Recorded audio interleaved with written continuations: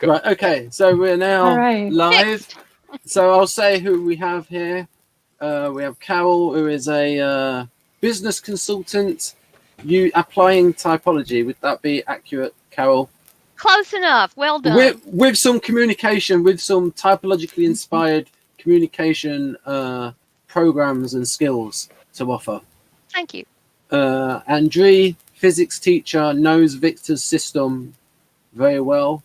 From Ukraine, now living in Canada, knows some other schools of socionics. Mitchell, he's a member of Victor Glencoe's Eureka Club, and so he knows Victor's School of Humanitarian Socionics very well. We have Shannon here, who knows a lot about Enneagram and has got into various systems. ISFP preferences, but not too Enne allergic. Or I think we said that she's still Enne allergic, but not Ben allergic. And then we have Kristen here, a very interesting person, because you would not be expecting somebody with ESTJ preferences to be breaking ground in typology by using social benefit rings in education. So it might be possible that Kristen is the creative subtype of ESTJ. So whilst mentioning Victor's book, Carol, did you buy Victor's book 64? Ben, you should never ask embarrassing questions after you start recording. No, not yet. Look, my Myers-Briggs group, because we can't meet, we're launching off on a Jungian venture, and we've already got 2 articles lined up: Jung's essay on Nazism and something else. And so my stack is kind of high enough right now. Okay. So this is an example of because these are the slides I have, and so we're going to start off by, I thought, looking at role complementarity, just which roles go together, and sort of empirically, and then show them that I believe there's real world links between the roles in the social benefit rings. And then we'll be getting in, and then once we've done that bit, then we can get with the practical stuff from Kristen, and then we can look at Model G, and then at the end we can get into the more technical aspects of what exactly a ring of social benefit is, because it's quite complicated. So what I was thinking is, so I noticed the pattern. So I wrote down these roles for extroverts. Maybe I'll just open that and crop off the bottom. Ben, just a warning, I have to move it to the big screen to see it, so it looks like I'm not looking at you because my camera's over here. So please know I am looking at you guys and paying attention. Okay, there we go. So we've got all the extroverted roles. And this is these are using the names of the roles from Keirsey. And if we think about these 8 as sort of job descriptions and social roles, and if somebody's in the role of educator, and I was to ask them to pick one from each of the columns on the left. So, for example, if I was to say the role of educating, say, children, do you frequently need to promote schemes to them or supervise them? Well, I would argue that supervising, and that an ENFJ, a teacher, doesn't need to promote schemes, doesn't need to be a promoter. They do need to be able to supervise. And then we've got the next couple, the role from the NTs. Do they need to be able to coordinate resources and be a CEO? Well, maybe if they're an administrator in the school. But if we say that, do they need to be a good communicator and a debater? Yeah, and that's what ENTP is good at. That's why I put or debater, because frequently they're very good at communication. And Victor has them as a 0 type on the intellectual level. So I suppose it would be good, Carol, if many teachers had the articulacy of, say, Richard Feynman, who was known as the great explainer. Right. What, Ben, explain to me a 0 on a scale, if that doesn't take too long. Oh, well, a 0 type is something complicated that Victor Galenko came up with. It's sort of a referencing for various things on different scales. The way I explain it to people is that it's a type that's very good on a particular level, communicating on a particular level. So the 0 type on the psychological level is ENFJ. They're very good at controlling the psychology of people, and as an expressive role. It's a bit complicated, and we could maybe leave it towards the end. But it's I see it as I see the 0 type as very good on that particular plane. So, for example, again, on the intellectual level, ENTP is the best at communicating ideas. They can adapt, they can come up with analogies, probably the best science or mathematics teacher in terms of explaining things. May I contribute something Dr. Paul Teager taught me about ENTP? Yep. If that'd be useful here. If not, yes, absolutely. Okay. A few years ago, Dr. Paul Teager over here in the States he's a type person. He did a research project, actually, and he got about $20,000, and he did a bunch of research, and he was a jury consultant. I'm sorry, the big research project was the political stuff. And ENTP is known for being able to go into TI and just be with articulate, the NETI, very articulate, and play devil's advocate. But what he learned, he spent about 10 years of his career as a jury consultant, and he always worked for the defense. He's clear to point out, but he said the ENTP is the nuclear weapon on a jury. He said they can go into their auxiliary function, extroverted feeling, and be quite charming. I mean, I don't know about you, but I know a lot of charming ENTPs. They can be quite charming. And he said the lawyer would go up and question him, and the ENTP would go into that extroverted feeling, creative function, and be very charming. And then as he's walking back to the table, he looks at Paul and he mouths, "That's our guy." And Paul, knowing that the ENTP is brilliant at playing both sides, they can be very charismatic and charming. They are so articulate, but they'll go into introverted thinking, not extroverted feeling, to do their judging function as introverted thinking to make their decision. And that can be quite cold and against the defense attorney. And he said, Paul's thinking in his head, that is so not your guy. He said he did everything he could to keep ENTPs off the jury because they could blow the whole thing up. They were charismatic and they could argue and get their point across. Yes, because they would get us. If you're a defense person picking it, it's enough that you just split the decision because they're able to show all the different points of view to show that other side, and you'll get them right. Okay, that makes sense. So if you're a prosecuting attorney, you probably don't want an ENTP, but if you're in the defense, you do, because you basically got to stop a unanimous verdict. Well, Paul's reasoning was the opposite. He didn't want that guy to be charismatic enough to win everybody over against the client. So they could win everybody over, and he did trust him to go the sympathetic route. So he worked to keep them off so they wouldn't. He said because that charming thing fooled the defense attorney, but he knew the guy would go into introverted thinking and make a perfectly rational, logical, but non-empathetic decision, and that's not where the defense wanted him to go. So that's how Paul did his work as a jury consultant. Yeah, I would say, there's a little thing in Socionics you might like, Carol, where these are probably older ENTPs because that tertiary function develops later on. So an ENTP over 40 in their 50s. And when they're being charming, they can act a little bit ENFJ-ish. That's a beneficiary shift for ENTP. And they're within the same social benefit realm of the left extroverts. And that's what we're looking at the moment with these complementary roles that the types are predisposed to. And so again, if you've got somebody in the educator role, they need to be able to supervise. They need to be able to debate, persuade, be good on the that communication level, on the intellectual level. And then there's another role to decide between supplying stuff or entertaining. Well, I would say entertaining the kids.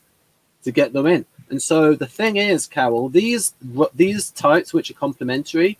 So we've got here educator, ENFJ, supervisor, ESTJ, inventor, ENTP, performer, ESFP. They're all in the same social benefit ring. And these are rings which were discovered by the founder of Socionics, Alshra, when it was the Lithuanian Soviet Socialist Republic in the late 70s. And so she came up with these social benefit rings about social progress. And now I'm going to put Mitchell and Andriy on the spot. Please tell us about social progress. Oh, just social progress in general? Yeah, the social progress in relation to this sort of benefit, how these maybe 4 types would work together. Okay. So the 4 types in the same benefit ring, there's 4 of them, 4 of the benefit rings, that is, and they share the dichotomies of extroversion, introversion, process result, or I think we sometimes call it right spinning and left spinning. Yeah. And that has to do with like the order that the functions go in the chart, like NTSF or NFST, and that something along that line. And the other dichotomy is asking, declaring. And so because of those dichotomies, that these benefit groups have certain different characteristics. And they're often working together. They have energetic relationships. I think Victor described the mechanism by which these types often work together. I want to say it was like induction, I think is the word that he used. But since they have these same functions working in a row, when one type in that benefit ring learns working skills from another type, that's kind of like the leader. Yep. At far distance of communication, and they do a lot of high energy work together because they're using some of the same functions, and there's like a suggestion going on between their dual function and the other one's demonstrative function. There's a lot of terms being thrown around here that I don't know if those are coming across well. But then there's also reverse benefit, where the reverse benefit type has like the weak launcher function of the benefactor, and they can kind of teach new ways of life, new whole context for using those functions to the benefactor, but it doesn't always go across well because the benefactor is inflexible on that function in many cases. So Mitchell, we'll have to leave that till the end. You got into a really complicated bit, so I'll try and. But it's good for me. But it's not. It for the people who are really into socionics, that's gold. What you're saying, but I thought I'd just. I was anyway. a little worried that I'm being a little complicated. Yes, just a little bit, bit abstruse and esoteric, just a touch. Ben, you realize the irony of you saying that, right? Yeah. But that's why. But did you get? Do you see what I mean, Cal? About if you're just looking at those roles, like say an educator, they pretty much have to. Out of these 4, you've got here supervising, inspecting, promoting, crafting. Well, a teacher doesn't really need to craft anything. Arguably, you could say they need to inspect it, but I would argue that that's not the role of teaching. That's the name of role of marking a book, which is more of a role of, say, ISTJ. In my personal opinion, I don't think that teachers should be marking the homework of students. I think that should be a separate person who does that. And it requires different skills. So an ISTJ would be a better marker of homework, in my opinion. And a lot of teachers don't like going through homework. They rather teach rather than going through homework. Yeah, ISTP has that good TI plus, which is really good at checking details.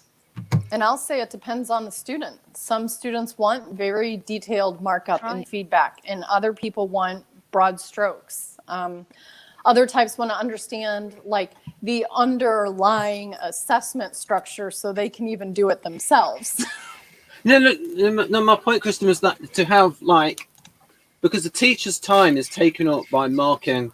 So I just think a different person should do that, and also because then it gets better with holding teachers accountable for how they're teaching the students, because there needs to be a way to assess who the good teachers are. Ben, you're making me draw a connection I've never drawn before. Teachers have to be so multifaceted. It's like I don't think you can have all the things that would be great to have to be a great teacher. And like Chris brings up, different students need different things from you. I have a goddaughter with ESFJ preferences, stabilizer, get things going. And she was always coming, evidently she had an intuitive, probably an NF, a catalyst teacher. And she'd come home to her mother, her INFJ mother, and say, I don't know what she wants. Sam was so tangible in her thinking that the intuiting teacher was never clear enough for her. And Jewel would spend the evening helping her figure out what was being asked in the English assignment, for example, the writing assignment. Right. So I think it's like it's all complicated by the many aspects of teaching. And then what Chris is bringing out, the students need different things from you. Sam needed a kind of clarity from her that the other intuiting students were probably fine with, but was not helpful to her students that needed more tangible instructions. That got me thinking, Carol, about also depending on the subject you're teaching. So, for example, if you've got a French teacher, they don't really need to go into the ENTP mode and explain things to get complicated ideas across.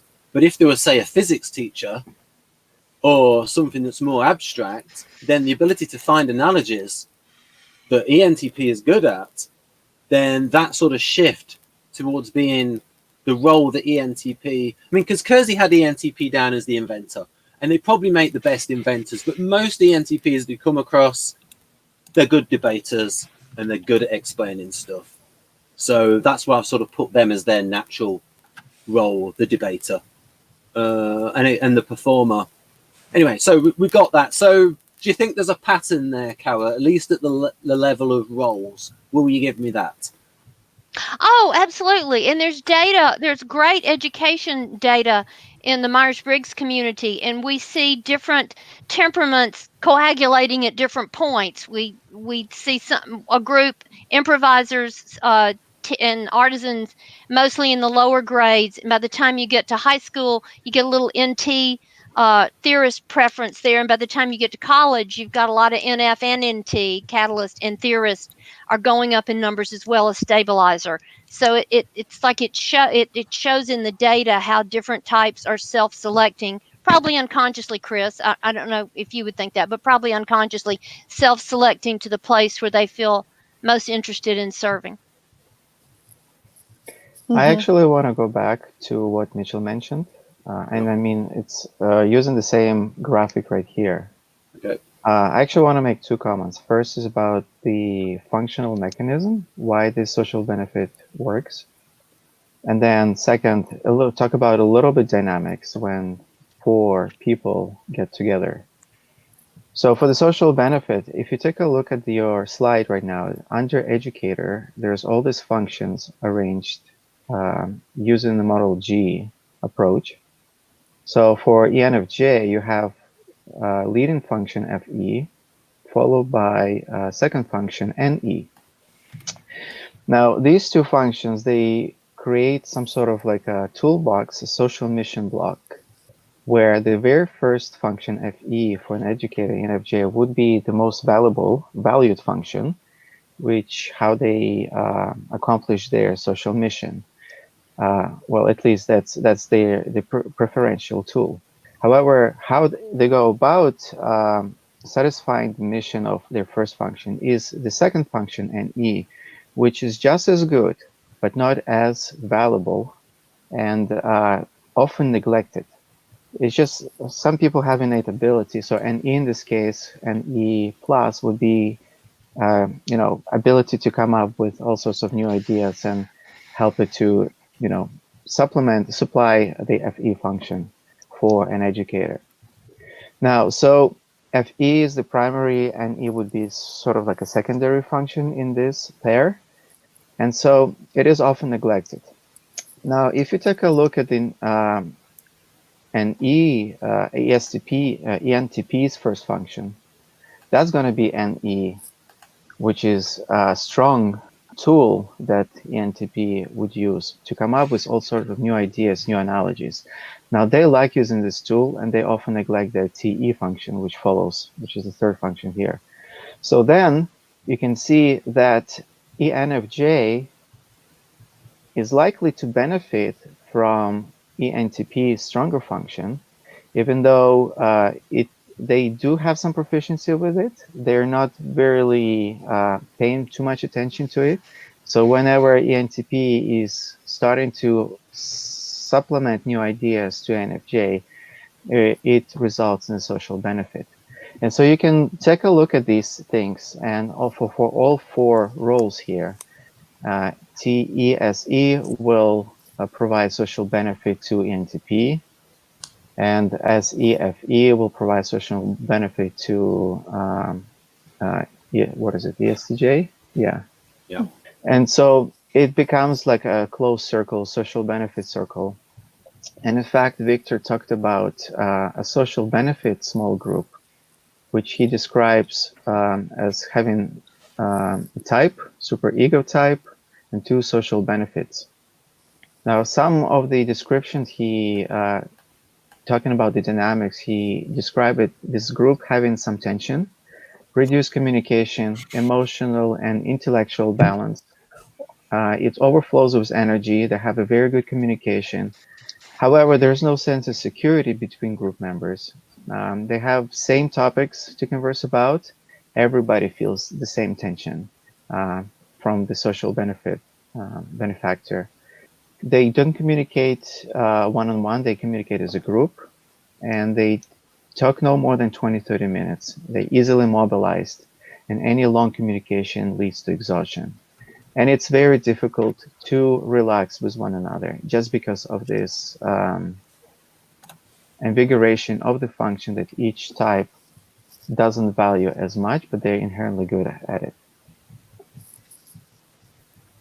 That is, I really like the summary and overview that you just read, Andriy, because I have viewed these as like a catalyst for action, I guess, with action being a very vague term, not meaning like actual action the way we think of it in the like real world. Because, as you said, they're so high energy, and it engages the dynamics between everyone in such a specific way that it does get exhausting, and that the threads don't feel strong enough to continue indefinitely without those breaks in between to digest or to go do their other functions or other things that they want. But that there does seem to be some kind of pull that keeps bringing them back to that high energy periodically.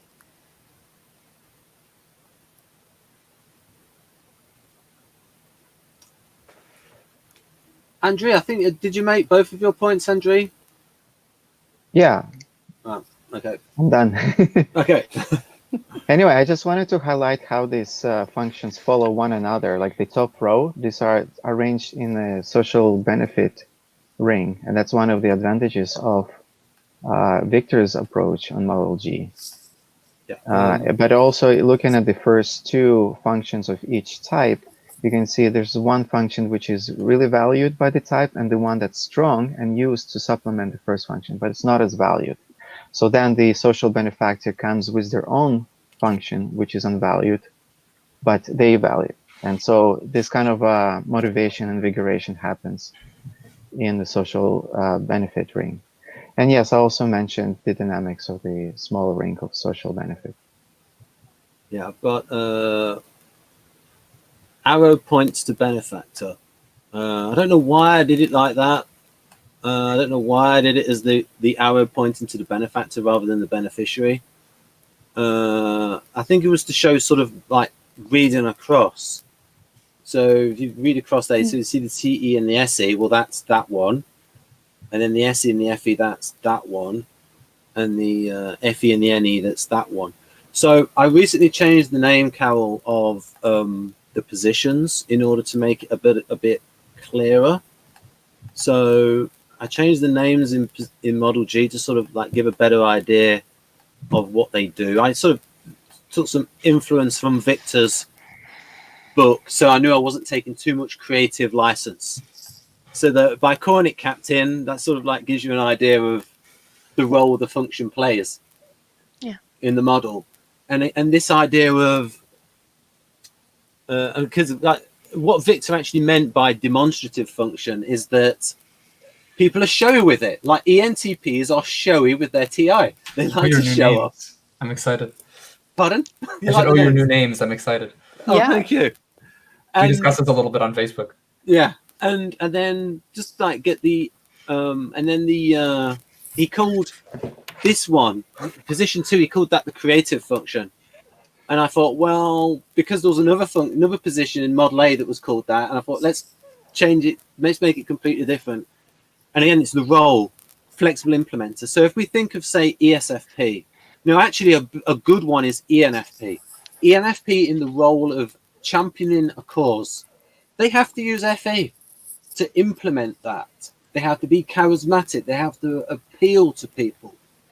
ESFP, when they're being a performer, they need to be expressive with their emotions. Don't have to necessarily roll their R's like the way I did then, but, you know, be expressive, play to the audience, be attentive to the atmosphere around them. They don't value all of the aspects of extroverted feeling, but they are using it. They are good at it. It's like, I have a question for Carol. Do you think that Bill Clinton, we both think he resembled ESFP. Do you think he was good at certain features of extroverted feeling? No, I disagree that he's ESFP. I think Bill Clinton was ENFP. Okay, ENFP. He talks too much about the future, and he uses too much conceptual language for me to think he's ESFP. Okay, Carol, I'll put it differently. Whatever type, do you think he was good at FE, Bill Clinton? Well, it's well known that probably with ESFP, but definitely with ENFP, you develop the NE first, then you develop the FI, but you develop the FE in conjunction with it. And some ENFPs are more than others, but ENFPs tend to be quite skilled at using FE. Now, BB would tell you they don't use it in the measured way somebody with FE, extroverted feeling is one of their major preferences, does. They use it in a more expressive, charming way. So there's a less mature, it's a less mature use of FE. It's not the measured use of being careful that you don't overstimulate the situation. ENFPs are famous for overstimulating situations, but that's part of their charm. So yes, I see him as ENFP with well-developed FE. My mother is a conservative Republican, and she loved Bill Clinton. So that's charming. Yeah, but she also had that. There's also a cultural thing of where Bill Clinton, with that Southern upbringing, he had those skills in that, the sort of the Southern charm upbringing that he was appealing to. If he had come from New York, his people skills would have been slightly different. Even if he had he would have been a bit more direct, I suppose, if he came from New York. Oh, I agree with you. There's a cultural flavor there, absolutely. That said, I would think it would, now that you've said that, I think it'd be fascinating to compare the FE skill of ENFPs from different cultural areas. That's a good thought. Thank you, Carol. Because it was inspired by you, because you were mentioning the cultural overlay, and then I was thinking about. So, Carol, you before we started, you were talking about this new thinking in the MBTI. I don't really know what to call it. Like the people that, because it's not just MBTI, it's the people who are interested in the Jung's 8 functions at a deep level. Yeah, the bigger term. Sorry, I got to move you back over here so I'm looking at the camera. I know I look like I'm not looking at you when it's over there. The bigger term is the field of psychological type, and MBTI, that's the instrument. Myers-Briggs is a piece of that, but it's also bigger. And now people in the type community have, thanks to John Beebe and Linda Behrens and Dick Thompson, for example, are all going to 8 function theory and talking about the 8, which is type did not used to do. And they're also, John Beebe brought in the archetypes, and that depending on where the function is in your ordering depends on how you might use it. And he learned that in 20 years of observation in therapy, which I find fascinating, that the man could sit there and listen to someone and decide how they're using which function. That just, I've studied with him. I couldn't do what he does, but So yes, it's the broader field is psychological type, and that includes more deeper Jungian things like 8 function theory and the 8 functions and archetypes. Mhm. Yeah. I'm sorry, was that helpful or did I go too much there? Yeah. So I was just saying. So it's like a lot of people are starting to. So the people, the professional people, the people who get the Association of Psychological Type, the American Association of Psychological Type bulletin that you edit, and that get these sort of in-depth articles that are not published on. They're not in books, so it's like because people don't realize that there is some deep stuff that people are reading in. Psychological type in the United States and in Canada.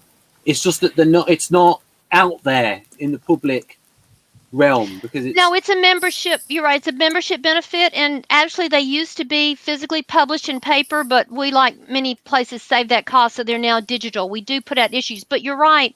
It's seen as a member benefit to belong to APTI, but you're also bringing up to me, thinking as the editor here, that does limit us.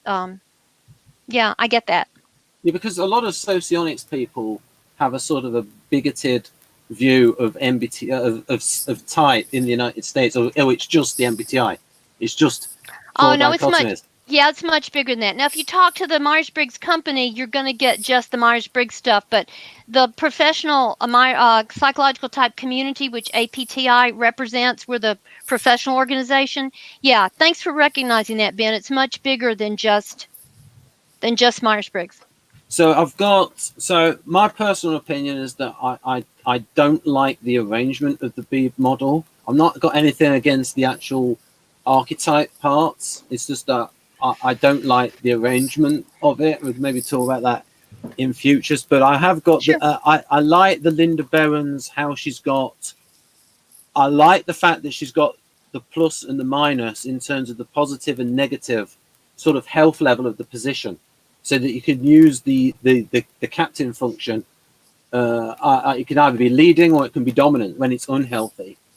And this sort of like critical and discovery idea that she's got for this part. But getting back to this.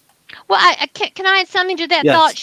She is. I'm in one of her classes again now, and yes, it's really quite helpful the way she talks about a healthy use and an unhealthy use of that function. And no matter where it falls in your brain, you can use it in an unhealthy or healthy way. If it's dominant and you overuse it like it's a hammer and every problem looks like a nail, then it may be your dominant function. You're quite good with it, but if you're overusing it, that's not helpful. So this is, I think it was actually Andriy that translated this. This is Victor talking about the use of NE, TE, and TI in ENTP. So I'll let you take that in, Carol.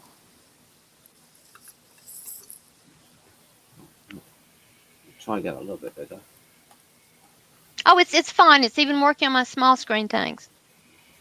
I think this is worth mentioning that what Ben is showing is the Model G arrangement. Yep.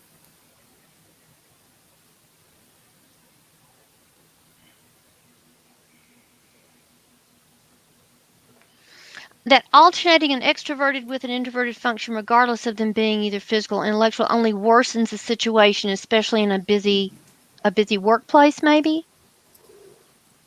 Yeah, I can see that. So Constantly switch. That's interesting. We were just talking about yesterday about how you should know, you should confine it and say what you're doing when you're brainstorming, because it annoys so many of the types. You need to name it and you need to put boundaries on it, and then you say we're doing this now and we're not doing that. So, and in a meeting when somebody's trying to do the idea generation, somebody else switches off to do the judging of it, that turns into what I call skeet shooting, where throw out an idea, bam, show out an idea, bam. You need to focus on throwing ideas and then later focus on judging, making critical decisions about them. It doesn't help to try to do both at one time because it shuts down idea generation. I'll just say something about now I can see this with ENTP, where Keirsey's got the ENTP inventing stuff. So it's like you are creating a structure in the real world. So you are using extroverted thinking there in terms of, oh, I need this part and I need this, I can make that. So you've got a lot of extroverted thinking there in terms of inventing. But ENTPs are more than inventors. It's like there might be certain situations where you might have an ENTP that's, say, a maths professor. I think in that example they will be more using more NETI than NETE. Although this is where it gets a little bit. You could then say, well, if it's empirical and it's stuff from somebody else, that's TE. If it's like if you've learned a particular kind of mathematics from somebody else, that's not subjective, that's empirical, and that's sort of like group knowledge, shared knowledge. So that could be put under TE. And the way I would go with that is from Berens' teaching. Introverted thinking is analyzing to understand, is how I present it in my courses, and extroverted thinking is analyzing to execute. So if it's about understanding, it doesn't matter if it's your theory or theirs, if you're using it for the understanding of it. And that really creates big clashes in business conversations, because the people who want to analyze to execute really get annoyed with and act quickly and try to shut down the analyzing to understand, which that makes sense a lot. Yeah, and Bob McAlpin, ISTJ, he was an officer, flew a armed helicopter pilot in Vietnam. He was a military professional, military guy, retired Army officer. He ended his career with teaching leadership, and he was saying that they had an awful lot of extroverted thinking in those rooms, analyzing to execute, and that moved them into action. He said, and he realized with hindsight of advanced years and loving the type world, he said, we could have used a lot more introverted thinking in that room, because we rushed into extroverted thinking, which is about executing, and we didn't have nearly enough introverted thinking going on to analyze to understand. I think that's a good point there, Cal, that you made in reference to Linda, because I was thinking about there's another process. Carl Jung had it as a different process, but we might put it under TI, and that's the process of apperception. Now, various philosophers came up with this, but it was Wilhelm Wundt who came up with it in psychology, where it's what you're fitting into your own knowledge base in the way you understand it, your own links. There you are going to get the TI and the subjective aspect in the way you personally understand something. So, for example, when we're showing you this, you've got your knowledge base and are frequently making connections to the John Beebe stuff that you know. So your apperception is going to be different from ours. And then there's a thing like is assimilation. And then there's an even weird thing called dissimilation, where if you learn something that's completely different to you and it changes you. It's like, for example, when you first learned Keirsey, that may have been dissimilation, where like it's not that you changed the information changed you, because it opened your eyes. It changed my life. I would, advertise for temperament theory on a street corner. Yeah. Absolutely, it changed my life. Whereas assimilation is more, you're looking through the lenses of your previous knowledge, and you're sort of looking at things differently because of how you're piecing it together. They gave an example on Wikipedia of apperception being different from perception. They said a rich child and a poor child both look at a $10 bill, but it appears differently to the child who's poor versus rich. And full disclosure here, Ben, I lead with extroverted intuition, which means my brain is going out and saying, oh, that sounds like this, that sounds like this, and I'm drawing. It's being relational, not linear, and drawing connections. So I would probably do it even worse than the average person would. I would do it more so than even the average person would. I'm wondering if, Kristen, because you resemble an SJ, and Keirsey, when I looked at Keirsey's associative speech, and I went, well, they're doing the NE thing. So he's got, but it's like on a concrete level. I just wondered if you do something similar to Carol, or another way of putting it, what do you usually make connections between, Kristen? A million different things. I mean, I'm reading right now, like hypnotism book, Tolstoy book and a business book, and also like a really touchy-feely like personal help book. So I'm reading all 4 of these simultaneously, and I see similar themes across all of those as I'm like been cycling these 4 books through the last month. It's just sometimes it's underlying principles. A lot of stuff, of course, comes back to type that I just see similarities and how different people approach different things. So I guess underlying principles, but it is just like a rapid fire succession of things that are connected. May I see a connection I see here? You've got extroverted intuition in your third function, which is the creativity function. So, wow, I'm really hearing a bunch of NE going on, and you're playing with that, and it's joyful. I hear joy in your voice, reading all these disparate things. It is fun and exciting for me. Yes, it is absolutely in my creative function stack. That is cool. I learned that some years back and learned to like really play and have a lot of fun. My personal opinion is that Kristen is like the creative subtype of ESTJ. And what that means, Carol, is like extra NE. I get that. And ESFJ, I find that I get along really well with ESFJs too. And I think that's because I lead with NE, and I think that's their playful place. And I think we're unconsciously connecting on that level. Yeah. And they're get things going too. Yeah, and I think this is kind of maybe some of John Beebe's terms that you're for that first function hero to that third child playful, and that's what happens there. Right. Exactly. You're right. I've been for better or for worse heavily influenced by Beebe. It just makes so much sense. Thanks for that. So what I did is in order to remember, because previously it went with the translation of launcher, and sometimes it was called starter or starting. Because Iana, who translated the book for Victor and organized the book, she has ESFJ preferences, Dr. Iana. And so I thought in order to emphasize, I'm going to call it cycle starter. And so it does seem with Kristen, you get stimulated. NE is your starter motor. But I would say, though, you're learning practical things in terms of connections with practical, applicable stuff. So what interests you in hypnosis, and what kind of hypnosis is it? Is it Ericksonian, or is it more SI kind of imagine stuff? I'm reading an Erickson book right now that the original guy. Yes, the master. Exactly. It's him. He did an interview with Huxley, and Bandler and Grinder put his notes together. These are the core notes. So I'm revisiting that from many, many years back. Yeah. Apparently, Keirsey Sr. called Erickson a genius, and he had him as a sort of like prototype or the exemplar of INFJ for Milton Erickson. He really, going off of potential INFJ, that instantly triggered in me something that I read. He really seems to monitor people for their preferences, and then not just their preferences in the way that they operate, but also what they're after, and then wants to kind of get them in step with that, which is very different than some other uses of NLP, which is more about a person having their own influence.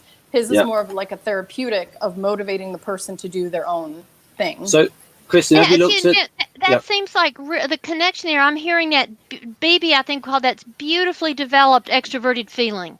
He is using that FE to see how things land with people, and then to you knowing how powerful that is for them, using that as the way in. Sorry, Ben, I just saw that connection. And also, sometimes he can be very direct with people, and it's almost like a little bit of the ESTP expediency in there, in knowing when to be tough with people. So have you looked at this one, Kristen? So it's got literally his teaching tales are in there, and he worked on this book, and he sort of died in the making. Is that the one you have? But it's got transcripts, and it's got the actual things he would say in it, and so you see how good he was with language. And there's just some funny stuff in here. There's a little bit of a digression, folks, but I want to show the Scratching Hogs story. Scratching Hogs story is just funny. And while you're finding that, INFJ is direct in their language. They're chart the course, and so extroverted thing, they are directive. Yeah. 15. I don't. Yeah, go on, Kristen.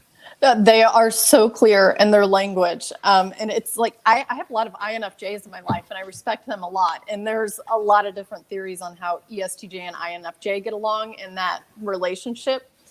But it is that directness. I think it's that FE recognition that they see in other people. But then they are just so clear on where they stand and where they see themselves going. Because they lead with that introverted intuition. That is a knowing, and you just know what needs to be done here and what this needs to be. Yeah, beautiful. Yeah. Yes, that is a feature of it. So I hope this isn't killing you, Shannon, this any, but I've got a little bit of fun here. So the scratching hogs stuff. This is just a funny story. I'm gonna try and zoom in and then smiley faces all over your. Yeah, because basically, if it's pink, I think it's funny. Young fellow, I don't read anything. I don't need to read anything. I'm just interested in my hugs. Imagine that in say a southern accent.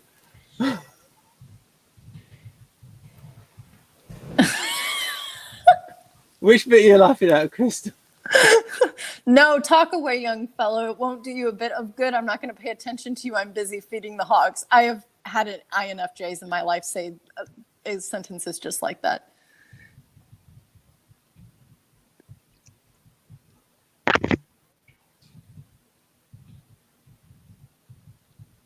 Anybody who knows how to scratch a hog's back the way the hogs like it is somebody I want to know. You like hogs, you know how to scratch all the way they like to be scratched.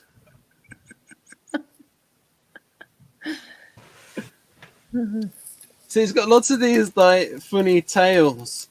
What's the name of that one? It is called My Voice Will Go With You, and it's Erickson's Teaching Tales. And he has a lot of these tales. So what I'll do is I'll show up the kind of things that he's got examples for. So for sort of applications. So sort of tales to motivate just the I'm going to open my curtain so that I get a bit of extra light so that it helps with the... There we go. There you go. Changing the unconscious. Motivating tales. Just the unconscious. Now, the 7 Asterisk was a good story. I'll just quickly show this and then I'll tell the audience what the 7 Asterisks tale is about. Again, habitual habits, habitual limitations, reframing, learning by experience, all this kind of stuff. So I'm just going to go over here and then I'm going to stand up. So 7 Asterisks it's a story about paying attention, where he talks about somebody was in a college and the college professor thought that this student was cheating on a test because he got every question right. And what the student said he did was when he was listening to the lectures, he listened to the emphases in language, the things that the lecturer emphasized, knowing, oh, this is an important bit and this is going to be in the test. So that's just a lesson about being attentive to language, being in the moment, use your extroverted sensing. So yeah, very good and entertaining book. I've read about half of it, which is a lot for me. So I do intend to read all of it and then put a green dot on it. Then it will be a green dotter. So yeah, role playing. Yeah, this is the main difference I have with this is the problem I have with the Beeb model is that he thinks that the role playing is the weakest, and I disagree. So for example, I'm sorry, Ben, remind me what you're calling role playing? Well, that Beeb will call that the sort of the demon kind of function, the devilish. There, I put the Berens equivalent in. Devilish, transformative. You're talking about the 8th function? Yeah. Demonic. So, for example, yeah. So Well, I don't think FE is Kristen's weakest function. I'm not sure he would call it. In fact, what the thought is that actually your 4th function is the weakest and one that gives you the most trouble. The 8th function, he would say, is the daemon that it can also undermine you, but there are times where you get a piece of just Right. brilliance out of nowhere from it. And Berens does a good, thank you, Chris. And Berens does a good job in her books of talking of her green book on the 8 functions. She talks about the use, how different types use it in different places, which I find fascinating because that's the hardest thing for me to imagine sometimes. So she lays it out beautifully. And I love the fact that they talk about the 8 function being both the demon and the diamond, that brilliance can come from it. Well, I'm That's glad to been go on. the most interesting thing to me about the model G, as I'm slowly picking up from Ben, you, and others, is the way that they look at these lower functions, possible kind of more positive playing of them, because there is, as Carol mentioned, the if you look at the like bottom 4 of Keirsey under like BB's labels, there are like the negative plays of them, but they're also the positive ways. Like I think the trickster is also, I think that you can use that as like a joking or a wit. That's a function that you tend, and that would be a more positive way to play out that role. Yeah, right. And I can't remember what they all are for those 4. Carol, you probably know them better. And I see the same thing in the model G, that it's not always bad. There are, that just might be a tendency if you're underdeveloped or just general life stress.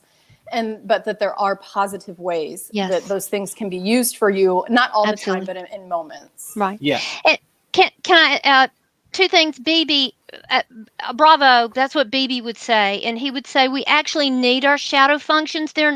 We shouldn't just look at them as underdeveloped things. Our shadow functions are there for a reason. He said, in an imperfect world, you need defense mechanisms. And the shadow functions we can draw from, and they rise up in our defense. On another day, Ben, I'll tell that story. But the second thing is about the trickster function. Dr. Carol Shoemate taught me this about myself. My trickster function is introverted thinking. Yep. Good thing we get along, Ben, and I don't go all wonky on you with it.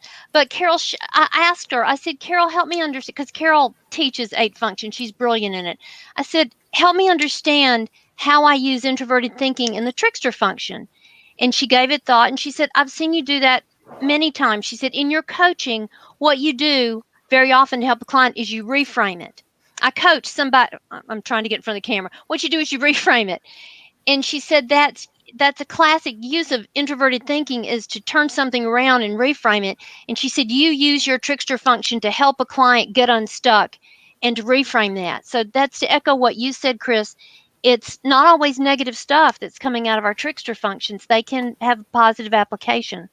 Okay, so I'll maybe this book has slightly misrepresented the Beebe model, but the way it explains that position in this book, so the Building Blocks of Personality Type by Haas and Hunziker. Oh, that's a great book. Yeah, BB says they did a great job, and BB's a hard audience. Okay. This is what they have written for the demon position.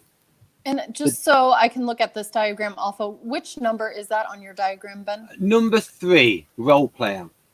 Okay. This is what they have written for that position.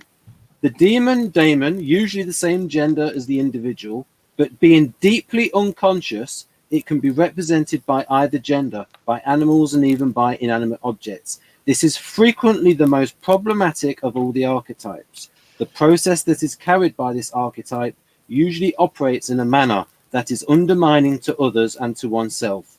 It is capable of gross distortion, causing confusion, chaos, and disrupting trust. And I think there's some language in there like it's capable of, or it's most prone to do these things. I've always viewed that as like if you're trying to overuse or operate out of that function a lot for whatever reason. And if you're particularly unconscious, like Chris, if it's being triggered by stress, if you're unconscious in the use of it, it can be incredibly unskillful and undermine you. But versus maybe a momentary use, like what Ben has here of like role play, if you're just maybe in a moment trying to play something out. Yeah, so what we can do is we can... I'm going to read that one that you have up right now. Yeah, I'll just zoom in a bit.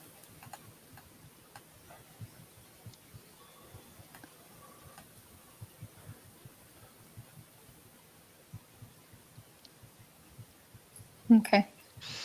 So what we can do is sort of like get on track and actually cover what we're supposed to be covering.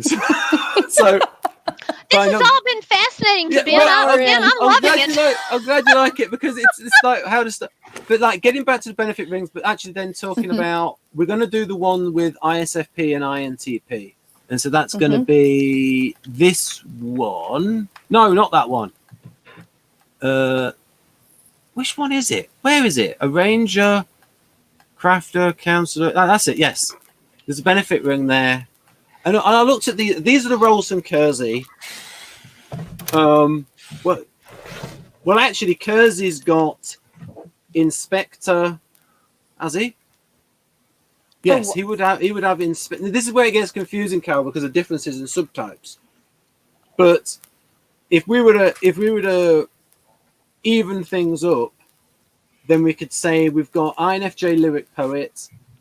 You've got a composer for ISFP, designer for INTP, and you've got a lot of creativity there within that ring.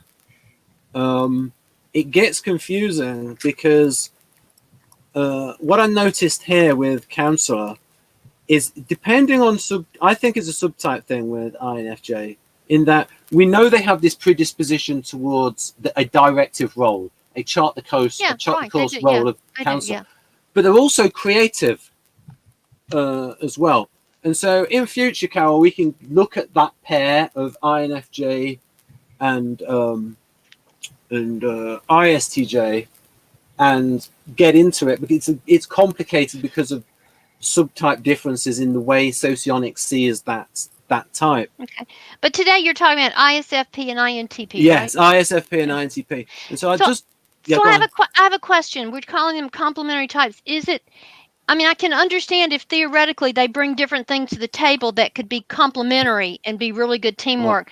My pragmatic question is, do they just piss each other off, or do they get it that the other person has something and they learn how they work together well? Oh, this is the thing. It's not so much that they're complementary types. The roles they are predisposed to are complementary. Okay. That's the thing. So it's like ISFP predisposed to the role of composer, and you've got INTP predisposed to the role of designer. Yeah. It's the same thing, but in a different intellect. So designing is within the strategic intellect, composing is within the tactical intellect. But I would argue that, I mean, Keirsey would frequently type a novelist as ISFP. I think he typed Martin Amis, or his son typed Martin Amis as ISFP. And I would argue go on, Andrew. I would say that INTP doesn't directly provide benefit to ISFP, though. It needs to go through one more person. We're looking at the superego pair. Superego straight across. Yeah. And this is something that once I've shown this, in fact, let's get the good stuff in now. So, Kristen, please tell us about your experience of teaching ISFPs and INTPs, and sometimes switching from. I think. What do you do? Do you switch to the point of view of somebody else within that ring to help the student understand? At times, yes. So. Let's see. Actually, I wanted to get input too on the direction of benefit. If Mitchell and Andriy, with you guys. I have it in front of me. So yes. Okay. INTP benefits from ISTJ. No, it doesn't benefit. It benefits from INFJ, but it benefits ISTJ. Okay. And then ISTJ provides benefit to ISFP. Then ISFP provides benefits to INFJ, and INFJ provides benefit to INTP. So I believe the arrows here correct? No, they're the other way direction. Yeah, I don't know why I did it. I think it's because with it moving across. I think I did it that way because you've got, say, the next one is NIFI. I sort of did it like that, but actually the arrow should be the other way in terms of pointing. There is reverse benefit too, actually. See, and this is what I see most, especially in the introverted circles, is that there is the one-way circle where the hero function of one is giving to the child function of the other. But then I think there's a subtle function where the parent function going the other way can shed a little bit light on that, like, toughest function. The anima, or the gateway to the subconscious. And I think that's more pronounced, the double way the circle goes in the introverted, especially when I looked back at my notes for today for my INTP and ISFP students and the ways that that they learned and what we did through their lessons. Yeah.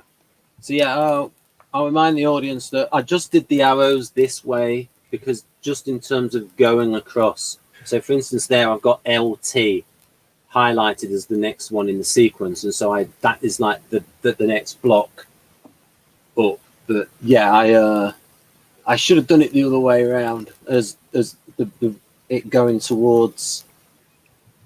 But it's like, because I was sort of, because the way it's arranged, the information goes across from beneficiary to benefactor.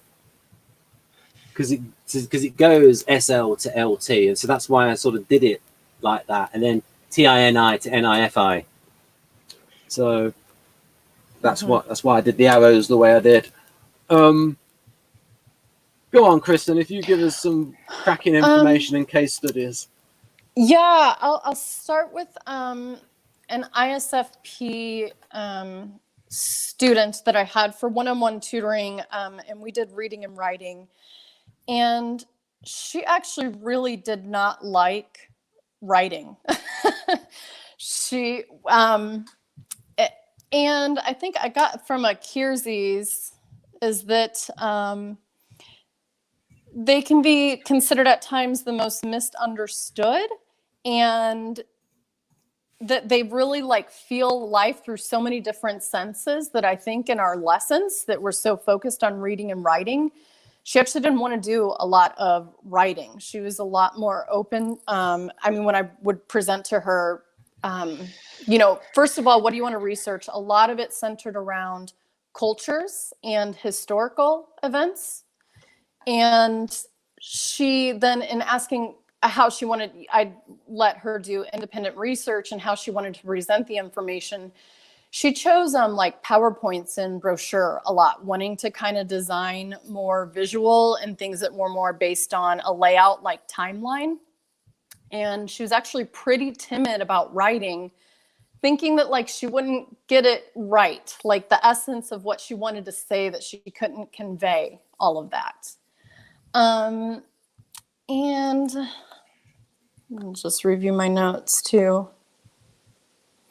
I'll just have a slight interruption there. It was very naughty of me, but you saw there that she saw weakness in not getting it right, but she wanted to work on it. That's a characteristic of the role position. When it's the trickster position, you don't value it at all, and you don't want to improve it. But with that role position, it's like you see it as a weakness, but you want to improve it, and you have to continually work on that position. Yes. Yeah. And she wanted, especially with the writing, to be able to turn in like an unlimited number of drafts and just go through and keep re-editing and rewriting together. And that's when she really found freedom to write. And she would bring in her schoolwork for that same purpose. She always wanted to practice presentations several times. It was just that like kind of constant ongoing perfection of things and wanting pretty detailed, and this from the benefit ring of the benefiting from the ISTJ, she did crave that like very detailed feedback. I couldn't ever tell her something like, oh, this slide is unclear. That's something that like an INTP student, I could give that very big, and they're like, oh, okay. And they would be like done with the session for the whole hour and want to leave and go do their own improvement on it. Where she wanted more like very specific feedback and examples of how to improve it. One thing. Sorry, I almost wonder if she is an Egron type 1. It almost seems to me that way. Again, I don't know which is the cause, chicken or the egg, but it sounds like the Enneagram 1. Yeah. And since one of the senses, extroverted sensing being her language, she would want things to be concrete and specific. Vague stuff would freak her out. She would need something concrete because she wants to take action on it, and she can't take action on it if it's too vague to her. If it's too vague to her. Yes. Yeah. And it wasn't quite so natural for me to give very detailed instructions to my students because that's just not overall the way I approach tutoring. But in looking at her circle of benefit, that is a direct one that she would want from ISTJ, and even going across the circle to maybe motivate her would be from INTP, that TI and E, that very structured, kind of maybe like this is my interpretation. Andriy, maybe you could say if you would do this with a student or not, but like a very structured starting point to start from, and then letting her go out from possibilities from there. I have something. I'm sorry, Andrew, to cut you off, but I have something. I believe Pat Patterson is an ISFP resembler. He's a songwriting guru. He's got a PhD in philosophy. I think he's ISFP, not just because he wears this cool black leather jacket, because Victor also wears a cool black leather jacket, but he has this thing about prosody. And I'll explain what it means. And then I think it relates to how the weak NI in ISFP can be a strength. I've also added a chapter on prosody, the most fundamental principle of songwriting and indeed of art in general. The concept that all elements of a song, chords, melody, rhythm, words, and lyric structure should work together for a common purpose. And so, whereas an NE, Carol, have you ever heard of the Pet Shop Boys? Yes. I believe that Neil Tennant is an NP, and a lot of his lyrics go all over the place. And I do not believe that Pat Patterson would approve. And so, do you know what I mean? All of those things working together. And so, frequently NE digresses all over the place. So I imagine, so an ISFP that does not like all that digression and it's like, so one of the things Pat Patterson would talk about is if you've got an unstable feeling in a song, you want the music to be unstable, you want the rhyme type to be unstable. And if you want, so for example, that would be, if you've got a perfect rhyme is the most stable, and the least stable rhyme is a consonant rhyme. And then you've got an assonance rhyme where it's only the vowel that matches. Then you've got these various rhyme types. So it's always going about stability, instability, everything integrated, prosody. And I actually think, well, that's actually a benefit of ISFP. Everything's working together. You're not trying to cram in too many ideas and digressing onto things like what's happening in this event. Like this, I'm not.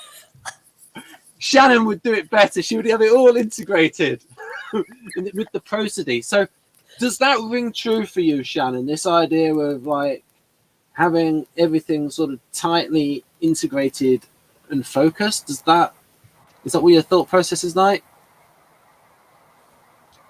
Yeah, basically.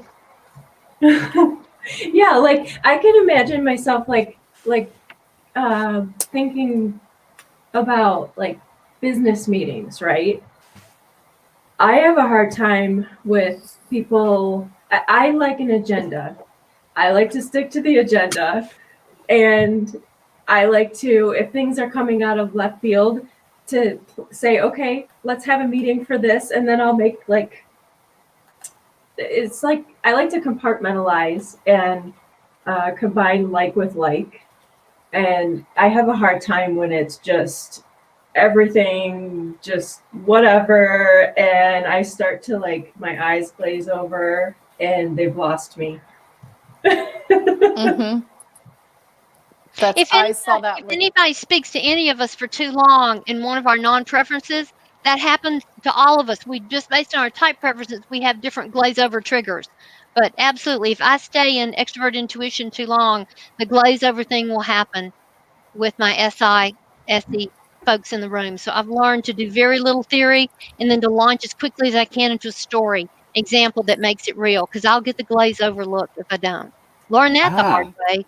So interesting. If there was a conversation between you, Carol, and Kristen, she might last longer than the average ESTJ, but there might be a certain point where it's like, okay, that's enough NE to get me started. Oh, trust me, my supervisor will come out and I'll be like, "But wait, we started with an agenda." Oh no, I've learned to bring in chart the course because I used to lead project meetings, and trust me, I learned I've got to bring in that chart the course piece and have something and lay the path out and say what it is. Yeah, it's made me a better teacher to know type and to understand how to integrate the different, not just being my unfettered NE self. That would drive people nuts. So I apologize for that interruption, Kristen, but you can sort of see why I did it, to sort of like give an idea about. So if we go back to your tales, your experiences. Shannon mentioned needing I don't know if you use the word agenda, but just like a clear compartment for different topics and tasks. And that's something I found my ISFP students very much liked. Was like, okay, this is our dedicated time for vocabulary, and then for reading, and then for writing, and wanted that we, for the most part, followed that structure. I'd say they were almost more structured than I was in following that, because if vocabulary work kept going, she would really look at the clock and be like, oh, we're already halfway through, and we haven't even gone over my presentation yet. Like, okay, we can do that. And the vocabulary was an interesting one. A lot of interest in understanding thoroughly the use of a word and nuances between similar words. I had some from my notes. Oh, like balk versus hesitate versus refuse versus something like question, and what nuanced situations to use those words.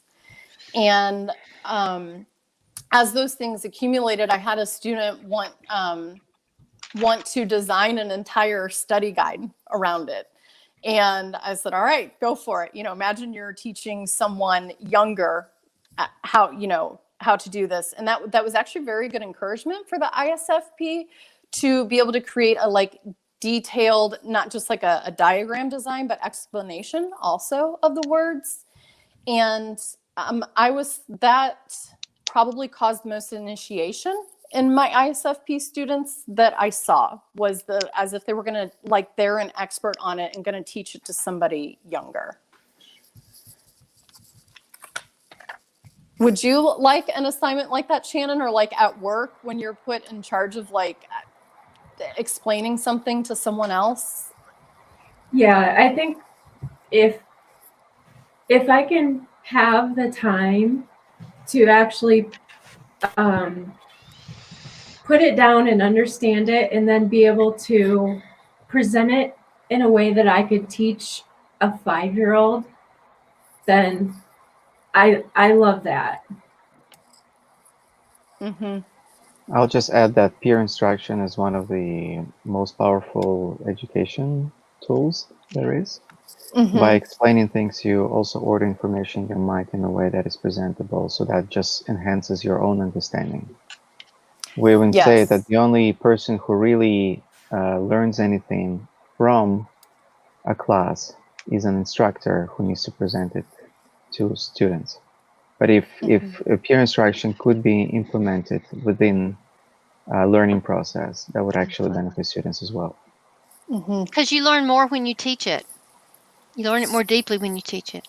I knew a person who trained all of the new tech support people to software company, and that was part of her process. She would have assigned people who were one level up in their learning to teach the newbie something. She said if she gave one of the senior people to them, Kristen's starting to nod, if she sent one of the senior people to them to teach them, they'd be overwhelmed and in awe, and they'd be afraid to ask questions. But if she put somebody just one level up, they wouldn't be afraid to ask questions and look ignorant. And she said, and then the person she sent to teach them, they would get questions they couldn't answer. And then they would come to her, a single person. So she said she doubled the education value.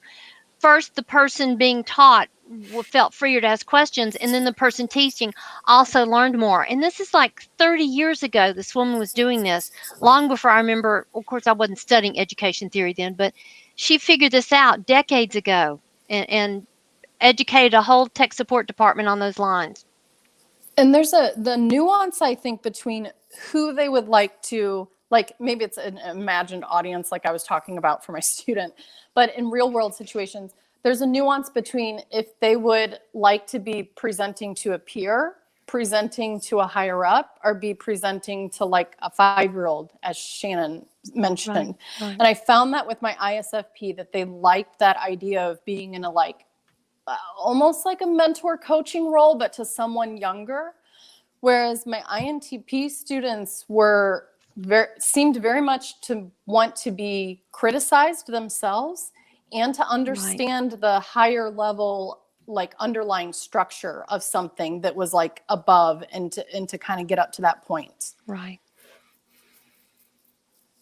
And by the way, presenting to peers is horrifying at any level. Yeah. If absolutely. you're a student, if you're a professor, you know, they'll tear you apart, and there's always a risk of appearing foolish. So like once instructor asks, are there any questions? Nobody will ever raise their hand because they will run a risk of appearing foolish. But if you can keep the interaction in small groups, and preferably if they're permanent small groups, then you kind of learn to get acquainted with people in the group, and then you don't feel as much as running risk. You kind of lower your guards down. This is when then this learning process can happen. That's great. And in a work environment, that creates a bond between them, and they'll go to each other for help, and they'll help each other out. It really helps the team, the team gets stronger by doing that. That's great. Yeah, and if you can also implement some sort of a fun element of competition between the groups, that strengthens the bond between the group members even more, because now they are motivated by maybe giving half a mark higher than the other groups. Otto Kroger used to talk about, he had ENFJ preferences. He was one of the first generation after Isabel of type leaders in this country, and he had ENFJ preferences. So he'd have his INTJ son would come home with 5 A's and 1 B, and being a theorist, he was beating himself up about the B, and Otto was looking at it and going, look at how great this is. Look at all those A's. And he said, my son would just shake his head and walk away. He didn't want to be praised for the 4 A's. He was beating himself up about it not being perfect. He wanted a parent who criticized him to make him better, not who told him how great he was to make him feel good. Carol, I've got a story where someone took the opposite point of view. There was a former England cricket captain, and he was you won't know the sport, but he was bowling, and he failed by 1 to bowl out the whole team, and his father criticized for it, and he said, look, hey, you should be happy that I got 9. He wanted him to get 10 out of 10, and he just got 9, and he was like, most fathers would be pleased if just got 9 out of 10. So opposite point of view of the same facts. Yeah, and I would be that person. I would not appreciate being criticized for the 1B. I would want to be seen for the A's, because I was going to be beating myself up enough about the B anyway. I didn't need anybody else beating me up about it too.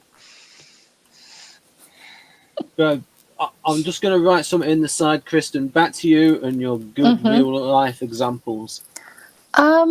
Let's see. Something else that was interesting to me in my notes was more than one ISFP student that for memory technique, because they don't have SI in their, well, I guess it depends on how you look at it, but they can just be very motivated, I think, to learn better memorization techniques. Like comparing to INTP, they just seem to have a bit of a memory recall. And my ISFP students were, repetition didn't work for them. Something they really, really liked was building memory houses or memory palace. Is this a familiar concept for some of you?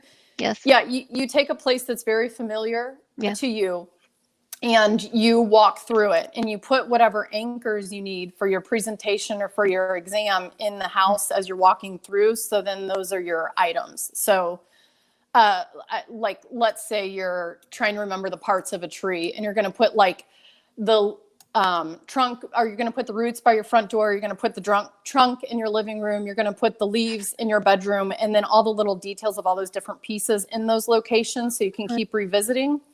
And this is something my ISFP students liked quite a bit for presentations and for remembering materials. My INTP students, not so much. They really just like, they could more see just like the structure for what of like a tree and the details and where they fit, and that was pretty locked in for them. So I don't know, Shannon, if you could comment on your view on like memory tricks like that or techniques, and then the INTPs also, and what you guys like or dislike about them. So I'm not familiar with that technique. For me, I do struggle with memory, and I use things like rhyming, or I turn something into a song. I make it rhythmic so that I can recite, or I turn it into a poem or something like that. Or I also have synesthesia, so certain things are a certain color, certain letters are a certain color, certain numbers are other colors. So you associate it with something is what we're saying. That's what helps you to associate it with something. Too, I'm hearing. Yeah, the set senses. Mm-hmm.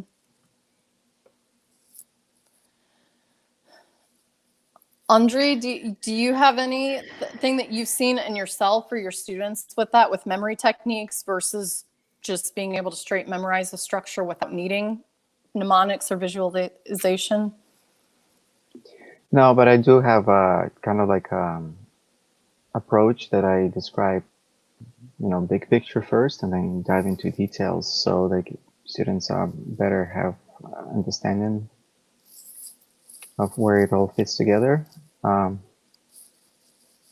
It's less technical than what you described.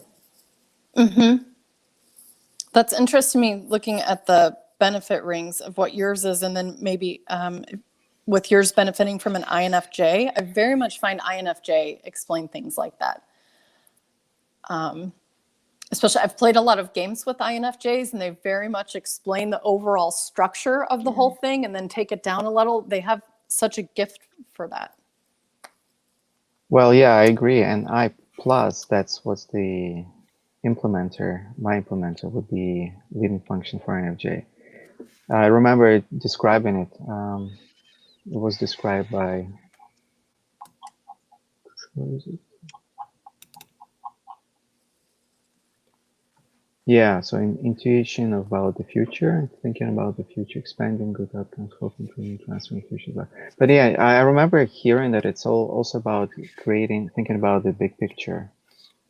It's kind of, but yeah, I guess I usually start with the big picture before diving into details, because I know for a fact math is scary. People start glazing over as soon as math gets in. But if somehow you can tie in, like, talk about concepts, talk about, related to everyday experience as a starting point. And I think that's just my approach. I don't know if that's correct or not.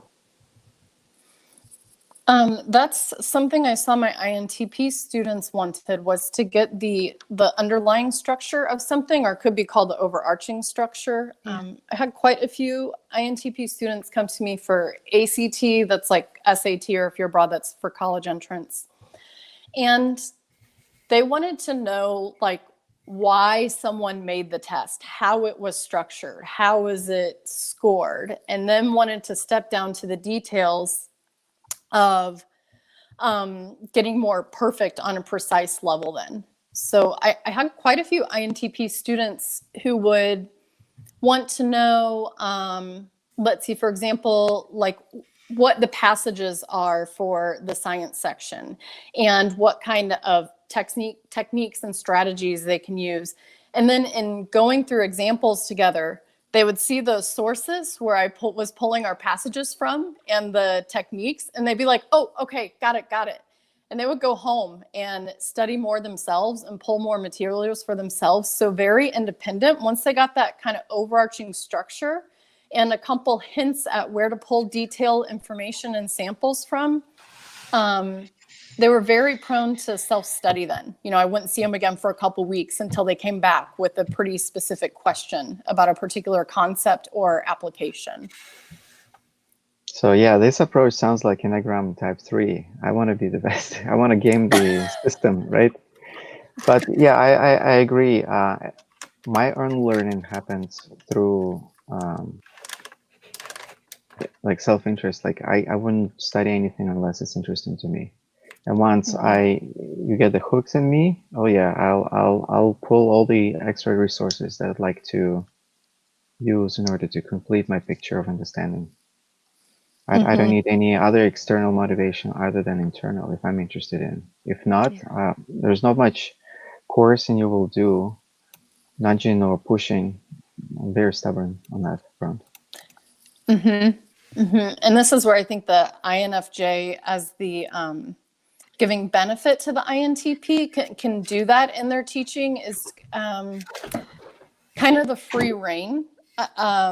But as long as there's a purpose, like a topic, a purpose, an outcome. And I think that's what INTPs end up being motivated by when they find a subject or a particular thing that's of interest to them and they can just really keep going on their own. And I think that a little bit of cheerleading on the way, which with INFJs having some of that FE, a little bit of that like emotional motivation for them to keep going with their ideas is helpful for INTPs. So that's pretty much the summary of my notes on notes that I had from students of those two types. Very good. Thank you very much.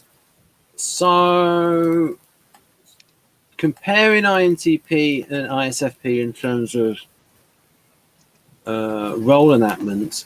So we've got similar. So Keirsey's got his own version of interaction styles. I'll call them modes of operation.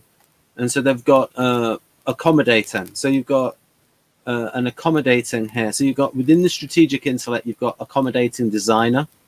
And that goes towards it. And then you've got accommodating within the tactical intellect, composer. So there's a similarity there.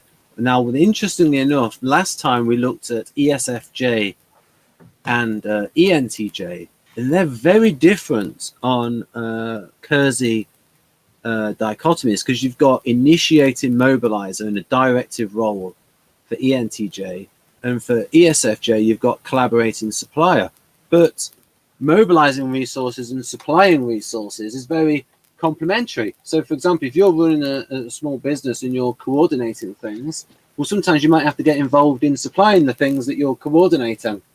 And sometimes when you're supplying things, you have to organize what you're ordering and where it's going. So those are very complementary roles. It's just there's a difference between the sort of more concrete logistical level of I've got to get this solid thing from here to there because this person needs it, and maybe with the strategic intellect of I need to get this thing in this position which does not yet exist, a future goal, just a little bit more long term, a little bit more abstract in that sort of like NT intellect, usually involving more technology aspect.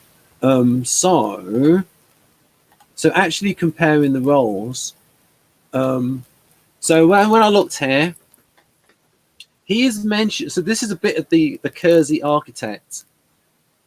So it's the same as structural logic in socionics. He's like mentioning structures and models and theoretical systems. It's like anybody out there, how is this not socionics LII?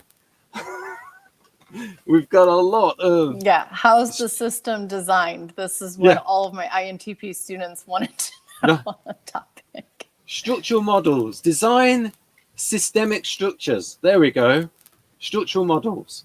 And so, but then we were saying before when I read from Pat Patterson, in your composing a song and you want all of those elements tightly integrated, it's the same thought process. And something, Carol, you could maybe talk about this. The behind the scenes style of wanting to integrate different inputs. Yeah. So I can understand that for INTP and ISFP and INFP. I think with INFP, it might be bringing different values into alignment.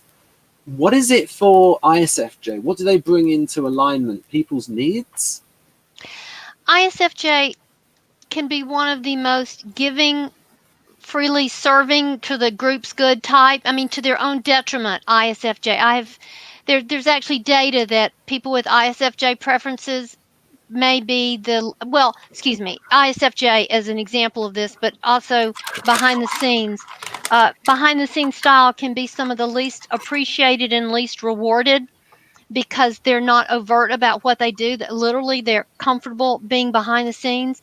And yes, ISFJ would be very much in the being of service to the good of the whole kind of approach. And when Jamie and or Natalie are available in future, we can look at the similarity between INTJ and ISFJ in they're both focused on how stuff can go wrong. So I suppose ISFJ is focused on when it goes wrong, what do we do to protect this situation? And INTJ is avoiding it going wrong. And there's a connection there between INTJ and ISFJ, even though completely opposite Keirsey temperaments, but it's like on the level of roles, not the type level, but on the level of a part of them, the level of the predisposed roles.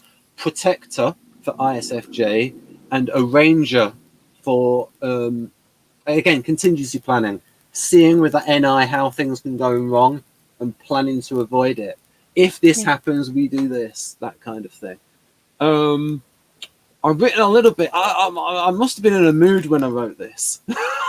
It's got a little bit of a tone. It's got a little bit of a tone about it.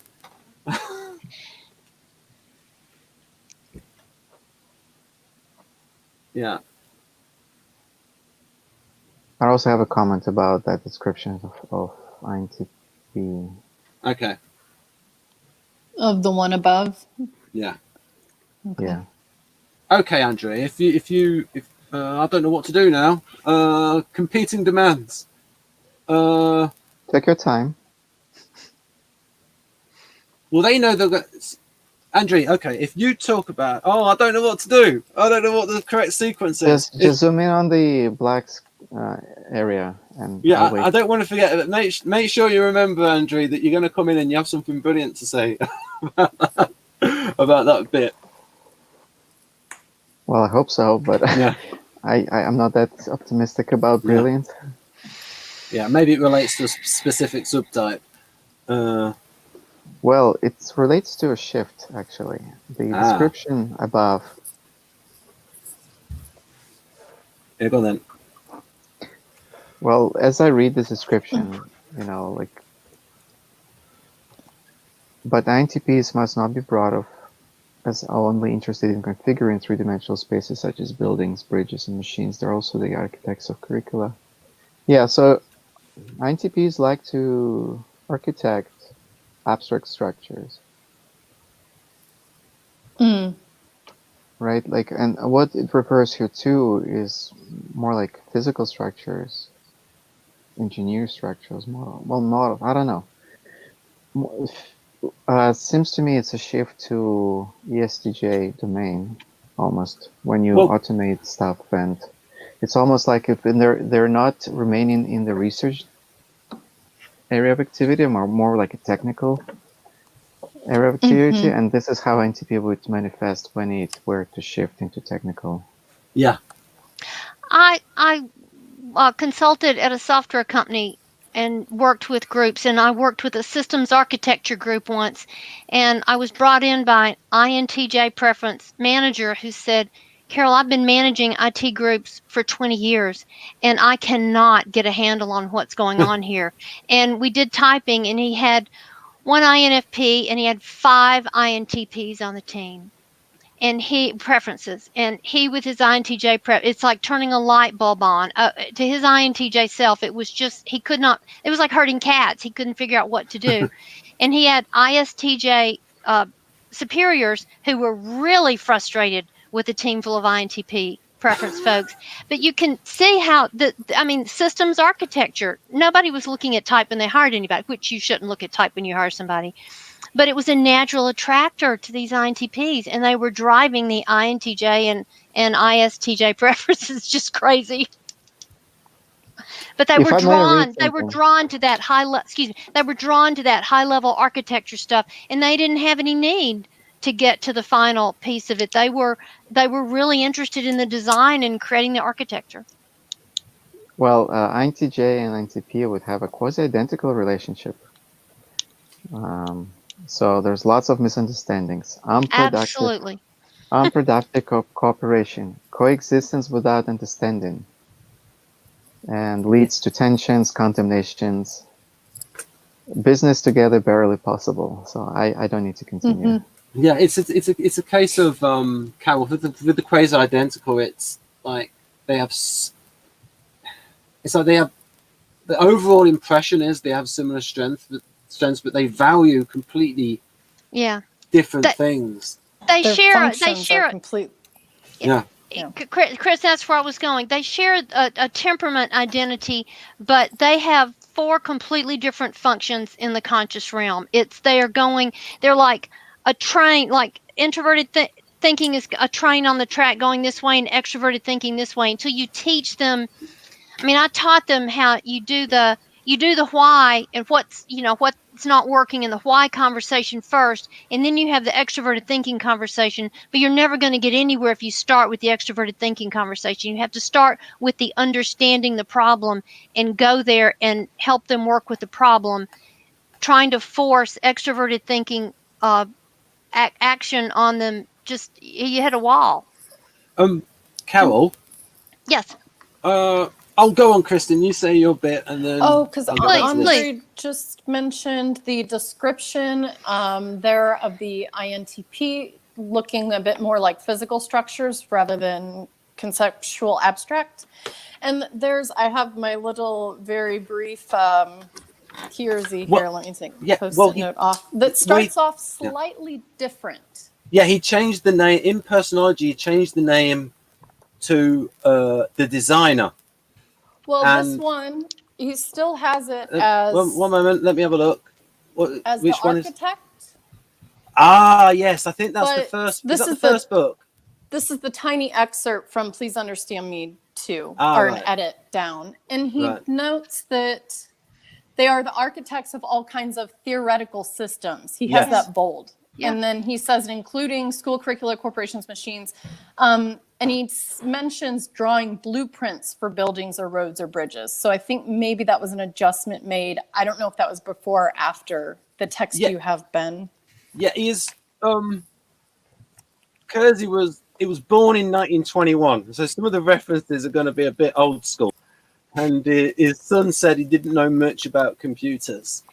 And he wished he never told him how to use find all replace for changing all the terms in the book, because he did the INTP thing, kept changing the names of the types because they keep trying to tweak it to get it more better. But I mean, I changed the names of the positions. Yes. But I the reason I did it is that because Iana did it in Victor's book, and I thought, you can have different names, because I wanted to remain loyal to Victor's intent, and so that was a big part of why the names, I chose the names. So for instance, showy auxiliary is like Victor's intent is about people that do demonstrate it to attract their jewel, and it depends on range. But anyway, so I'd like your comment. I had a moment when I was writing this. So what happened? There we go. I got a little bit, my FI came out a little bit, but I think I was sort of like trying to show the connection between INTP and ISFP. In terms of there is this side to INTP, but I don't know. I had a bit of a moment though, so what am I doing?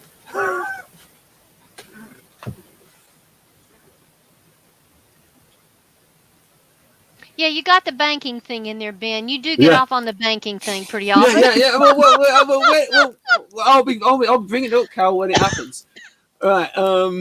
Anyhow, so that's just an example of how you can get FI, INT, sort of my similarities with ISFP. And then... Ben, I have a question. Go on then. This composer, ISFP, Yep. Is that a similar approach to how they create and manage social networks at all? Andriy, I think if you expand upon that, and maybe Shannon might be able to answer that first.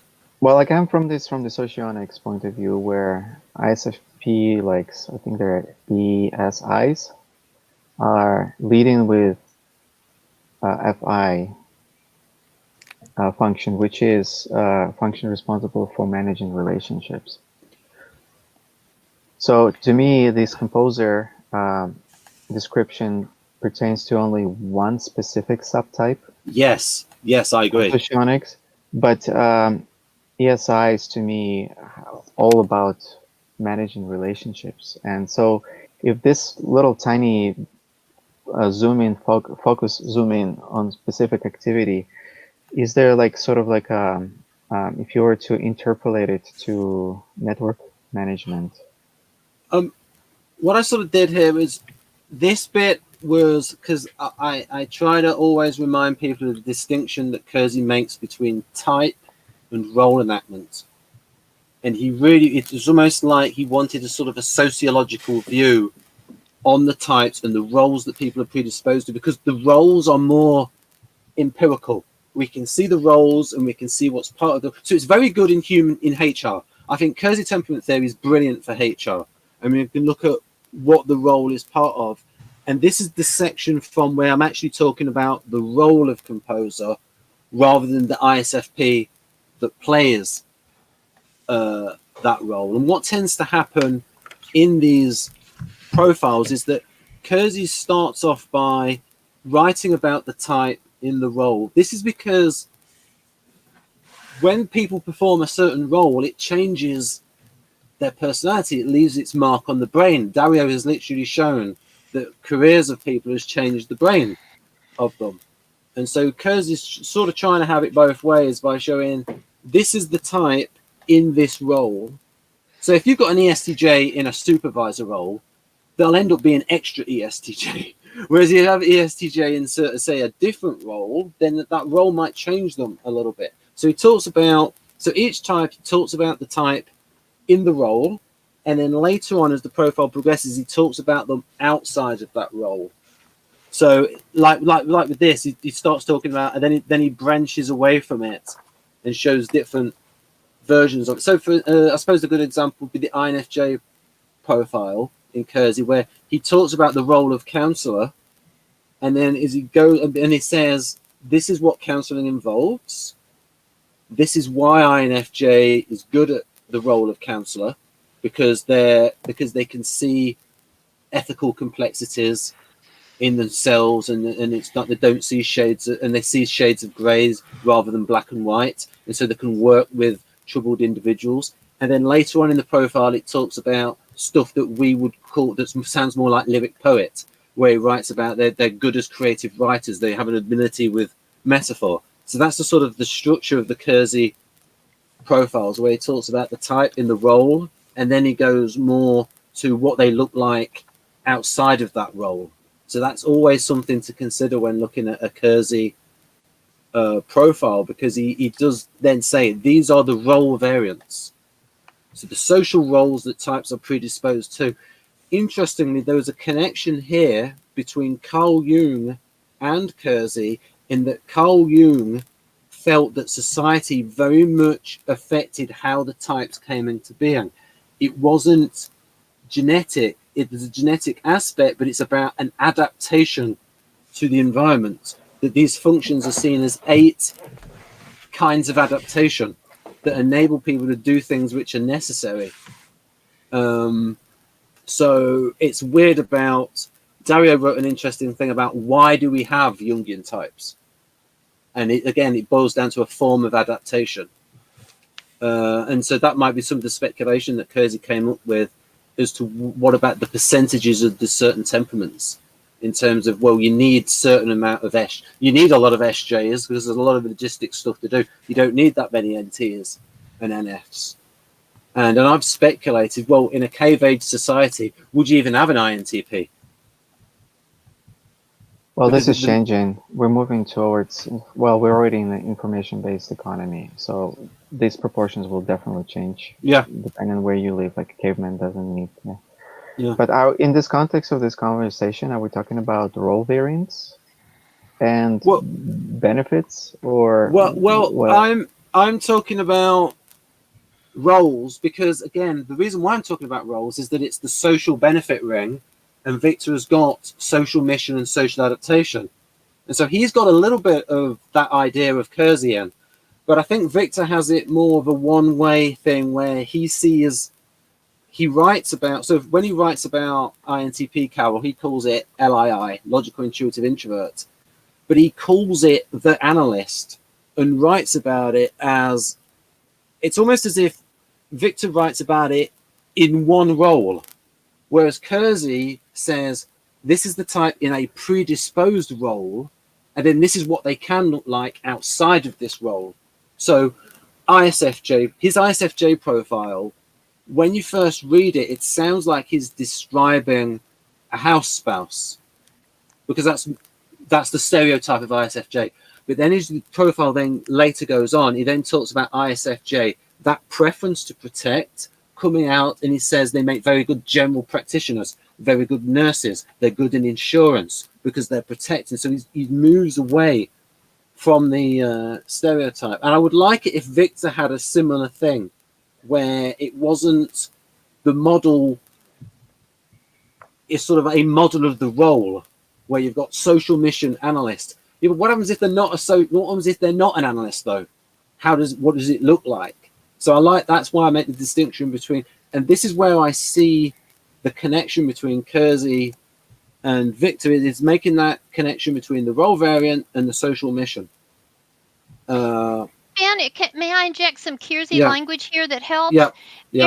Berens emphasizes it anymore, but one way to look at temperaments is they've got core drivers. What's influencing how they're behaving and how they're going about things is they're doing it in service of satisfying their core drivers. Yep. So yeah, as you say, for the NFs, what have we got? What you got? I mean, there's a similar thing in Keirsey, but it's less to the fore. So he's got like self-image words, authentic, benevolent, empathic for NFs, and moving people forward in the diplomatic intellect. And for the logistical safekeepers, he's got beneficent, dependable, respectable is their self-image words. You've got autonomous, ingenious, resolute for the NTs. Keirsey might have had an 8 in his tri-type. And for the SPs, he's got, for their self-image words, artistry, audacity, adaptability. Now, I will say from a SOCIONICS point of view, all that Keirsey's view of artisans tended towards the creative subtype for all of them.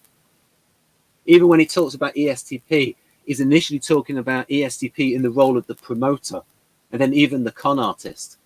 So it's like a creative version of, so, and Keirsey saw all of the, and this is something that we got from Jeff, Carol, is that what it looks like for artisans who are not musicians, not thespians, not in sports, and how that preference still comes through in like doing things their own way, and like little things, little victories. Right. Berens points out that Keirsey was limited by where he was and what he did to a small subset of artisans, or she calls them improvisers. And Linda started out as a therapist after getting a PhD under Keirsey, and then she went into corporate work consulting, and she said she realized just because he didn't have exposure to them, what he didn't have exposure to was the artisan improvisers, for example, in Silicon Valley, and what that looked like as entrepreneurs in the business world. She said, we don't have as rich an understanding of what an improviser looks like because the earlier descriptions were more limited to a specific kind of a person, and didn't see that, like you're saying, and didn't see what they looked like, for example, as business entrepreneurs. Yeah, I mean, yeah, I mean, he's got that a little bit. I mean, if you go to his website, well, Keirsey.com, you can see some of the profiles by his son, and who knew a hell of a lot more about. Sorry about that. Oh, double hockey sticks. yeah, You know, a I'm heck sure. of a lot. I'm sure those are more. Yeah, I'm sure his son has updated that. Absolutely. Yeah. The original writing, which I learned from, and a lot of us learned from, Linda just warns you need to expand artisan improviser beyond that. Yeah, because if you see what's on the website, like I said, his frame of reference, born in 1921, he was already pretty old by the time the first book came out. He was in a good state in 78, and so he didn't know that, so he wouldn't have seen. But he did write things about ISTP in terms of the surgeon, and he gave the example of so he does like these other roles later in the profiles where he goes beyond the stereotype. But again, I think you've all taken that in about the composer, combining inputs, behind the scenes, all of that kind of stuff. And then I've got this, and then this is the end of talk. This is talking about the role rather than the type. Make structural plans, models, blueprints. Coherence in their designs is what counts. Elegance of their configurations. That's TI. Yeah.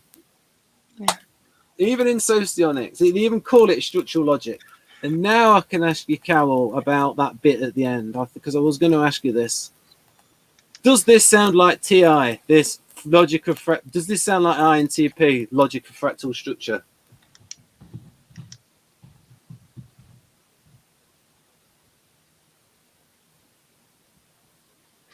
It sounds like TI with an N combination instead of more of a sensing combination to me. That sounds like TI and NE to me. Yep. Right. So that's how Victor defines this. I have noticed a tendency for INTPs to define TI the way they use it and exclude the way ISTPs. And then this is where it gets complicated in converting between Socionics and Western type. And that is the way it sees this type called LSI. And when you get the book, Carol, and then hopefully write a review in the American Association of Psychological Type Bulletin, you'll see the creative subtype of this one. Because when you initially read it, it's going to be like, this sounds like ISTJ. And then it will sound ISTJ, ISTJ. And then when it gets to the creative subtype profile, it then talks about firefighters, and it sounds really ISTP, the creative subtype. But then the other ones, they'll sound like ISTJ, and you'll think, well, this is a little bit of a weird system. It's just that Socionics doesn't have the Keirsey temperaments. So Victor was able to capture amongst the sensing types the guardians and the artisans by using his subtype system with, I hear that clicking, Carol. Oh, sorry, it's too close. It's too close to my mouthpiece. Sorry. So usually if there's the sensing types, the SE sensing types, it's like if they're artist, so he captures the artisan under creative subtype, and he captures the guardians under the normalizing subtype, and it's something that's explained in the book. So for example, I think Berens would agree. I think that would make sense to Berens. Yeah. So again, and Berens would also say psychological type. We don't do a very good job. We don't do a good enough job with. We do a pretty good job with introverted sensing. We still don't do a good enough job with extroverted sensing because so few people in the field have that preference. Oh yeah. And she would say we've definitely got an intuiting bias. We need more folks with the other preferences in the field to get better, less biased descriptions. Well, I'll use some old sources and I'll try and write my best definition of extroverted sensing and all the different aspects of it when I do my functions book, which should be done within 2 years. Now that's a plan. I hear it. That's a plan. Go on, Andriy. So I think what I like about Victor's framework, it's setups with the clubs. You can a framework that can give sort of like overview what Keirsey is already doing. It's just focusing on 16 different types of activities or roles. Yeah. But what you can do, you can take an activity, you can figure out which club does it fall into: humanitarian, cultural, I don't know, leadership, technical, research, social, and entrepreneurial. And then every single type can do some sort of role within those areas of activity. It's just going to be 64 different styles of doing any particular job, depending on which type and subtype you fall into, with all the shifts and described by Victor. And so it's a bit more universal, but also much more confusing thing, because you have to look case by case and figure out what would it look like. Yeah, so for example, when you have a type do something atypical, so I've got an example of an artist from Imogen and somebody else of in one case her brother's ISTJ, and he paints in an ISTJ way, and in another one the husband is ISTJ and he performs music in an ISTJ way. So something atypical but in a typical way. Right. So now, yeah, go on. I mean, like, if you examine all sorts of activities that, let's say, ISTJ does, paints, cooks, music, whatever, does research, maybe if one can examine what are all the commonalities, maybe that is possible just to capture the essence of ISTJ. Yeah, and that will, within Keirsey's system, it's going to be, they're a guardian, they like to do it by the book. There's a there's a villain in Homicide: Life on the Street, and they asked him what do they call you, and says they call me Mr. Clean. And it was this like ISTJ guy who did the accounts and had all the drugs neatly organized. So it was quite amusing. So one more comment. Yeah. So, for example, ISFP, like, we're examining a specific variant of composing. That's not what ISFP to me looks like. It's all about managing relations or some ethical considerations. Well, yep.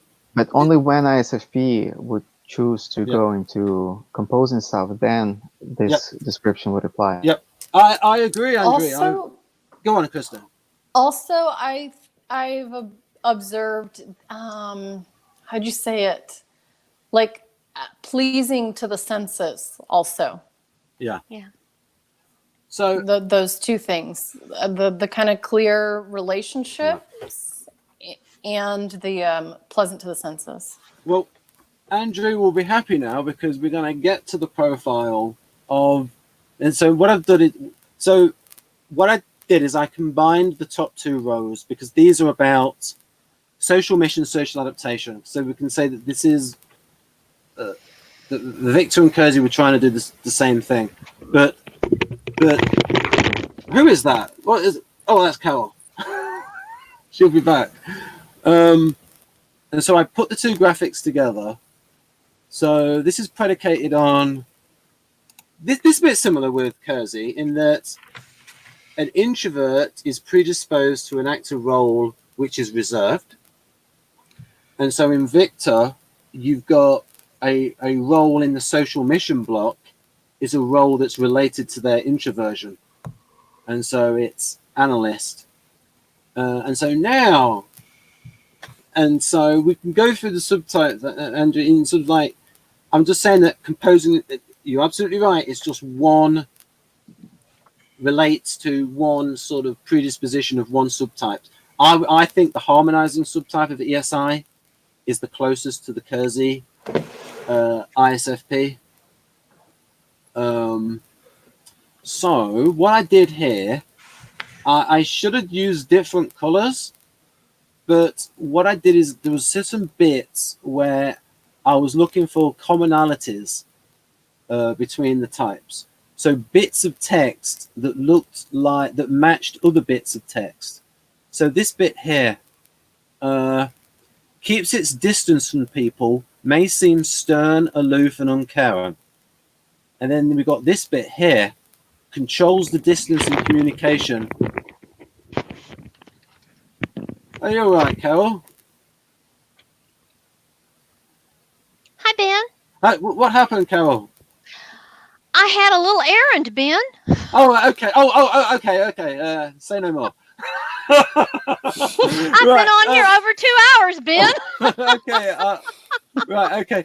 So now we've got the thing with the charges, and so it's like this bit here. So what I've done is what I did, Carol, is I combined the top 2 rows. There's the top row of INTP, and Dario wrote that introverts are comfortable with all their introverted functions because it's all part of their conscious orientation, and so that's the top row of functions for INTP, and that's the top row of functions for ISFP. I used the Victor code here because it's slightly different, and so what I did is I changed it on the graphic.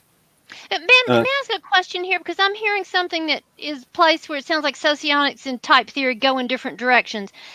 The ISFP introverted feeling is about values and having things be in sync between oneself and one's values. It's not about relationships managing. Relationships managing would be ISFJ, the extroverted feeling. So is that a difference between the two systems?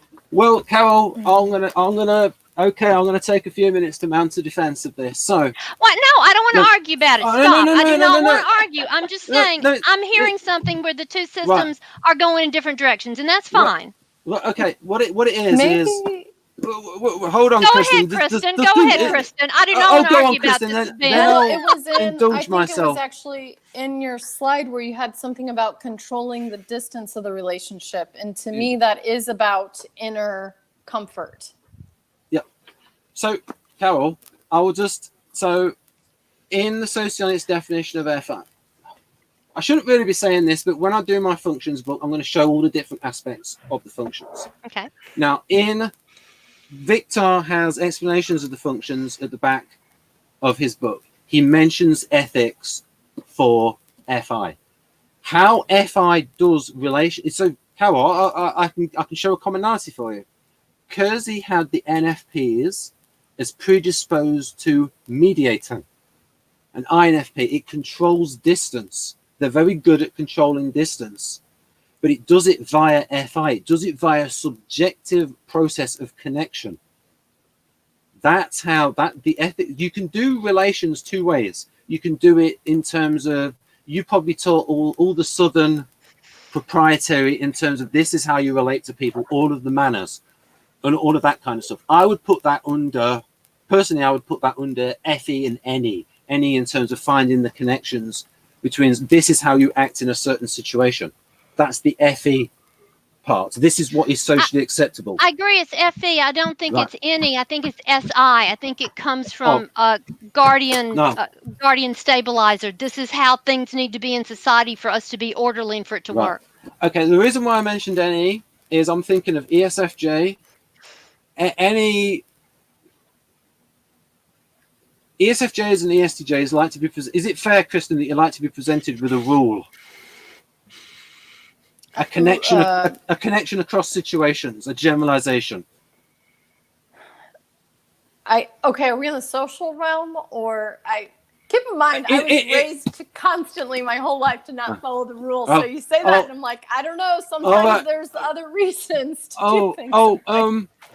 So I was trying clear to expectations. Maybe I would say yes. I was trying to come up with a functional reason for why ESFJ and ESTJ, in the way they value NE, it's their creativity function, Ben. Yeah. They like to. What I sort of see it as, they like to follow the connection. It's about. I'm trying to sort of explain the different strengths of NE in terms of. NE has the ability to see connections. Do you agree with that, Carol? Yeah. Mm-hmm. So, ESFJ and ESTJ, they also value those connections in that it's a rule will say you do this across these types of situations. So the ESFJ and the ESTJ will recognize, they will be able to connect the situation in front of them with the rule in their toolbox of commonalities, of the standard operating procedures. And I so you don't can, think they need NE to do that. I think they've got SI in the auxiliary position. I don't think they need to go to NE to grab that.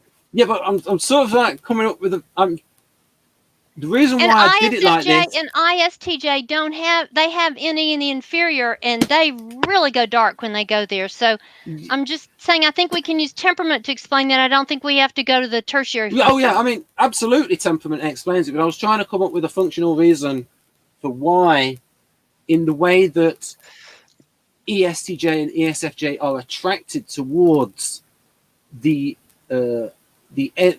result of NE, if one of the results of NE is this is the commonality, this is the generalization, because SJs love generalizations, because it gives them a way to structure the world because it gives them that generalization to follow. This is what we do in this situation. And so, and NE people find the commonalities and they produce the generalization. This is what you do across these situations. And so what I was saying, the reason why I said it FE with NE is it's like, I would say ESFJ has all of this ability to be emotionally expressive. And if you've got the NE part, which is, it's a lower kind of NE where it's like, this is the system of interaction. These are the manners.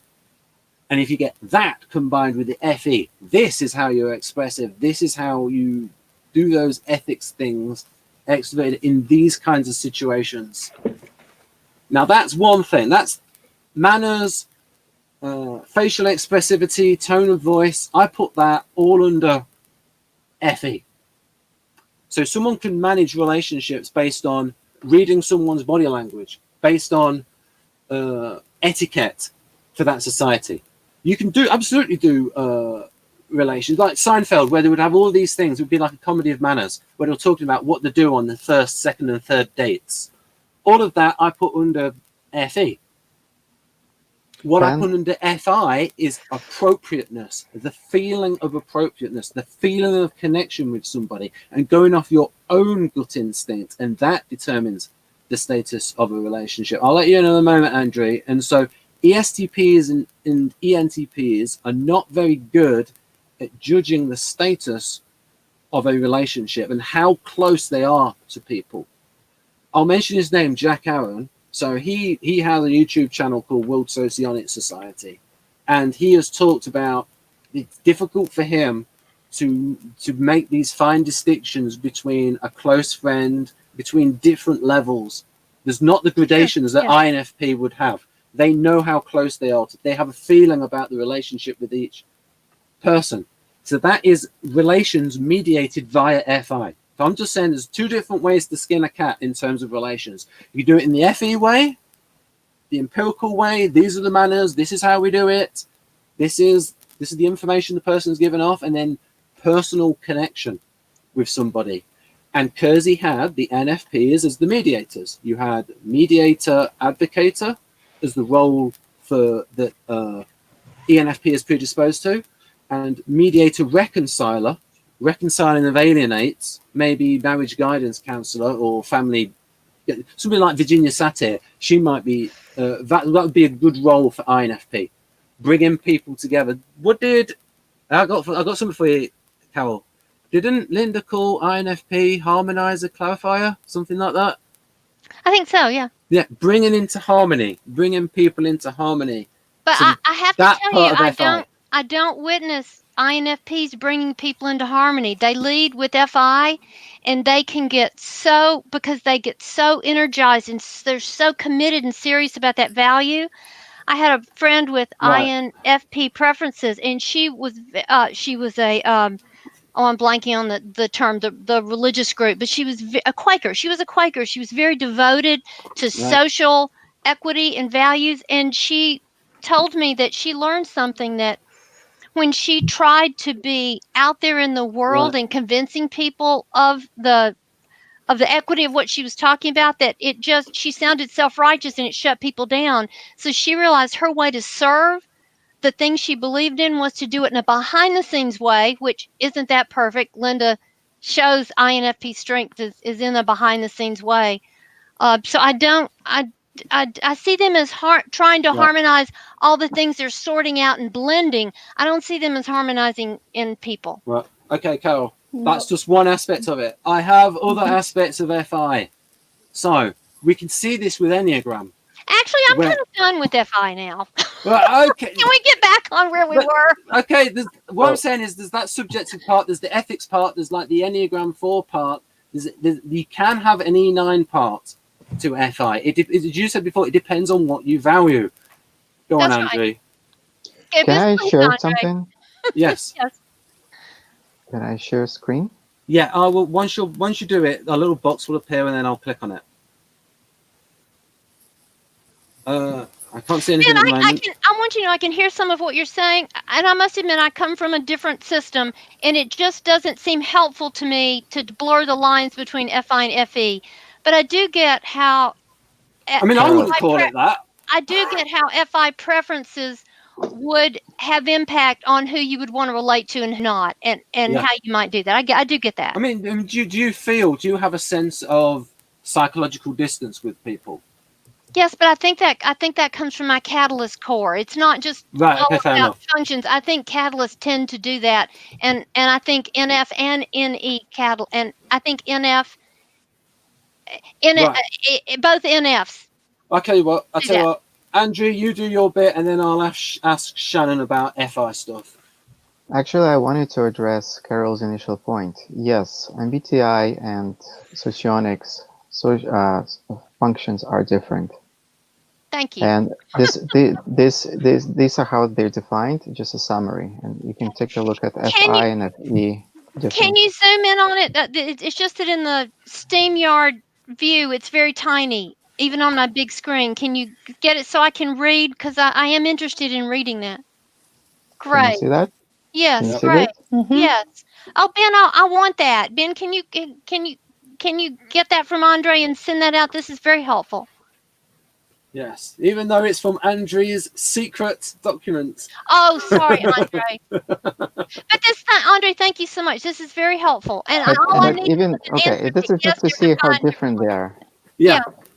But even in Victor's book, and you've done this Victor mentions ethics under ethics of relations. He mentions the ethical aspects, and when you read a Socionics EII profile, it's banging on about ethics all the while.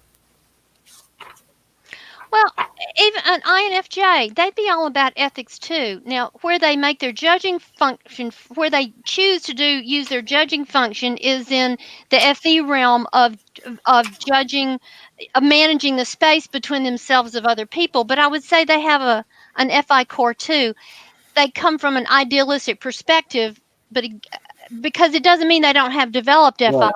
However, people, INFJs, for example, have a terrible time making a decision about something for themselves sometimes because BB would say, they put so much attention on the space between themselves and others, they don't use the introverted feeling function of what I value as much as they use the managing the space out here with others.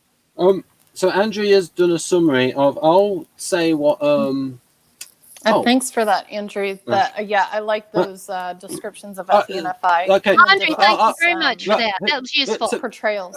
I will give you even more of what Andrew... So Andrew has summarized what's in the book, and I'm going to give you half of what's in the book in terms of FI. So at the social level, so this is describing the state of FI, ethics of relations. Again, it's not my fault it's called that. It's too narrow, but it does mention... But if you listen to this, it does mention ethics in the psychological level, but this is the social level. At the social level, a person in the state of R, that's FI, is able to play the informal role of harmonizer in the team. Now, Keirsey has that for NFPs, harmonizer in the team. His actions are aimed at maintaining a warm and friendly psychological climate, smooth out acute angles, and reconcile people. Keirsey called INFP reconciler in personology. I'll get into the ethics stuff on the next. I get in the team setting and in their behind the scenes, and they're not triggered by anything. Absolutely, right. I get it that all the behind the scenes folks can have a very calming effect in a group. I totally agree with that. So, and then we've got here, a person performing an R role does not appear as a judge or resolver of conflicting opposites, but as their conciliator. He can calm people down and relieve emotional tension. Personal commitment in this case, of course, does not disappear, but is carefully hidden. And now this bit, this next paragraph, this is on the psychological level. Psychologically, the state of R is experienced as an inner attraction to somebody and something as a deep affection. It is interesting that this condition is not emotional. There is no expression in it, but there is a long-term dependence on the moral and ethical nature. The state of R is a guarantee of loyalty in a relationship. It is like the arrow of a compass, which in any attempt to turn its body returns to its native northern direction. Thanks to R, we perceive people, places, and times as our own, native or as strangers or as aliens. So again, it's very much directed towards the self and your own feelings about things. And if you get to the EII type, it's filled with ethics. And I've got the profile to hand, so don't make me show you the profile where it bangs on about ethics all the while for EII. No, really, I'm done, Ben. I'm good. Right, because I've been preached to enough. I'm good. He writes in the NE box, can appear naive about the ethics. He puts that in the showy auxiliary box. So again, it's not my fault. Carol has the SOCIONICS has these overly narrow definitions of functions, but when it actually gets to the profiles, it shows different aspects. I'm not complaining, Ben. I just needed clarification because I was hearing something that we split that is being more merged here. That's all I was saying. Yeah. I mean, you know, so because I'm mainly talking about Victor's system, so I sort of stick, but I will add for clarification. So good, we're on the same page now. So what I was saying here. Anyway, I'm going to ask Shannon. Shannon, please, what is FI like for you? What are the different flavors and aspects of it?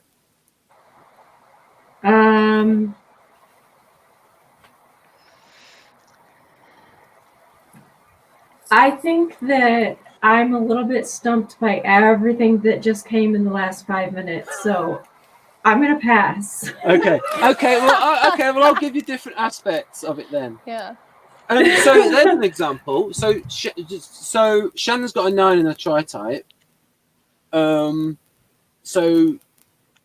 I'll ask Shannon, do you look for harmony between people, and do you do it based on how sort of like an internal reference point?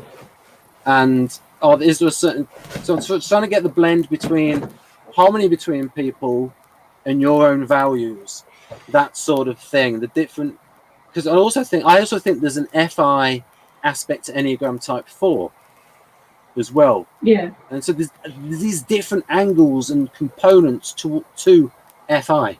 I call them sub-functions. That's what I'll be calling them in my book. Yeah, so I do seek harmony in a group, and I get agitated easily with disharmony. So certain environments where people are like a bunch of Enneagram 8s and then put me in the middle of them, I'm gonna hate it. Because of the way that they will spar at each other. And so I don't really know how to say this. Keep it clean.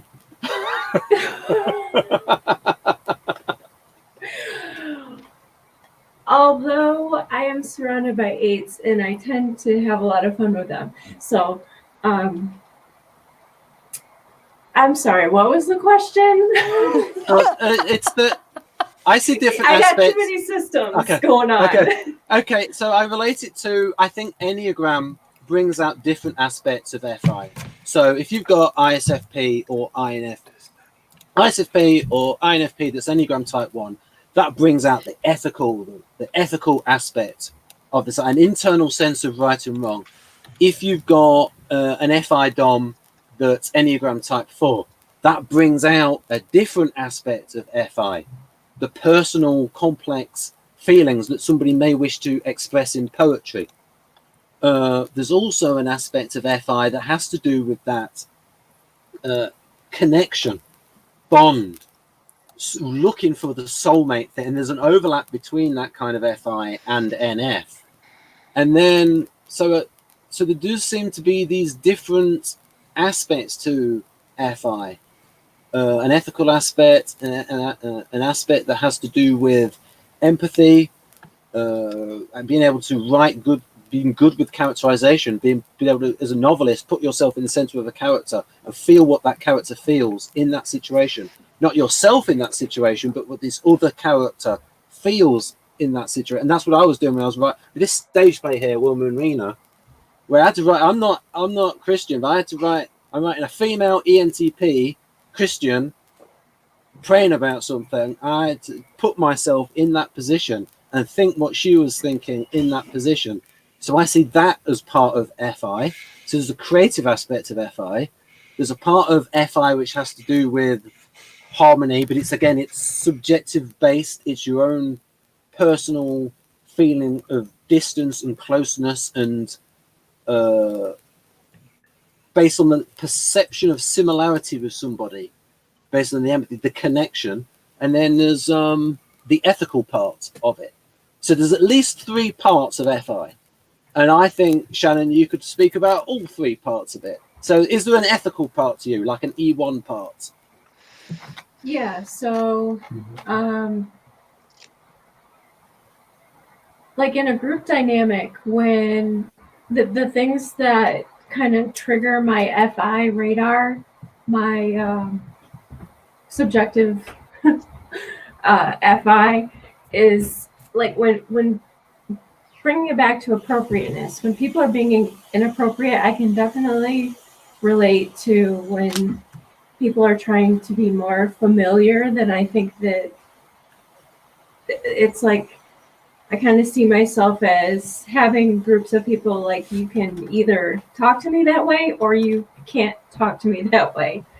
And so I tend to group people and how I respond to them is how they can kind of act to me. Again, compartmentalizing different groups of people that way. I'll just do a slight interruption here. So I would say with appropriateness, that's a good example. So you're coming at it, Shannon, in terms of what you internally feel is appropriate, whereas there's an FE version of that as well, where it's like, how dare you talk to me like that? You are of a lower social rank. That is not appropriate. So I think there's an FE version of appropriateness. And in your case, it's an FI version of appropriateness. You get into the same result via a different method, whether it's an empirical FE method or an FI method. And is it right that it's for you, Shannon, it's an internal feeling of appropriateness rather than going by an etiquette or manners? Yeah, because I know some people are more comfortable with the different things and they might not react the same way that I react.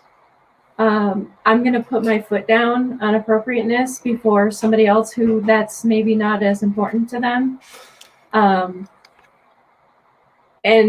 I'm going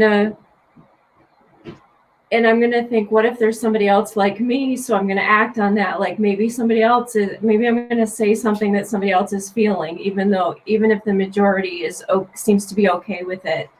I'm going to kind of stand my ground in an effort to harmonize the group, if that makes sense. So I can see a little bit of my E9, the harmonizer.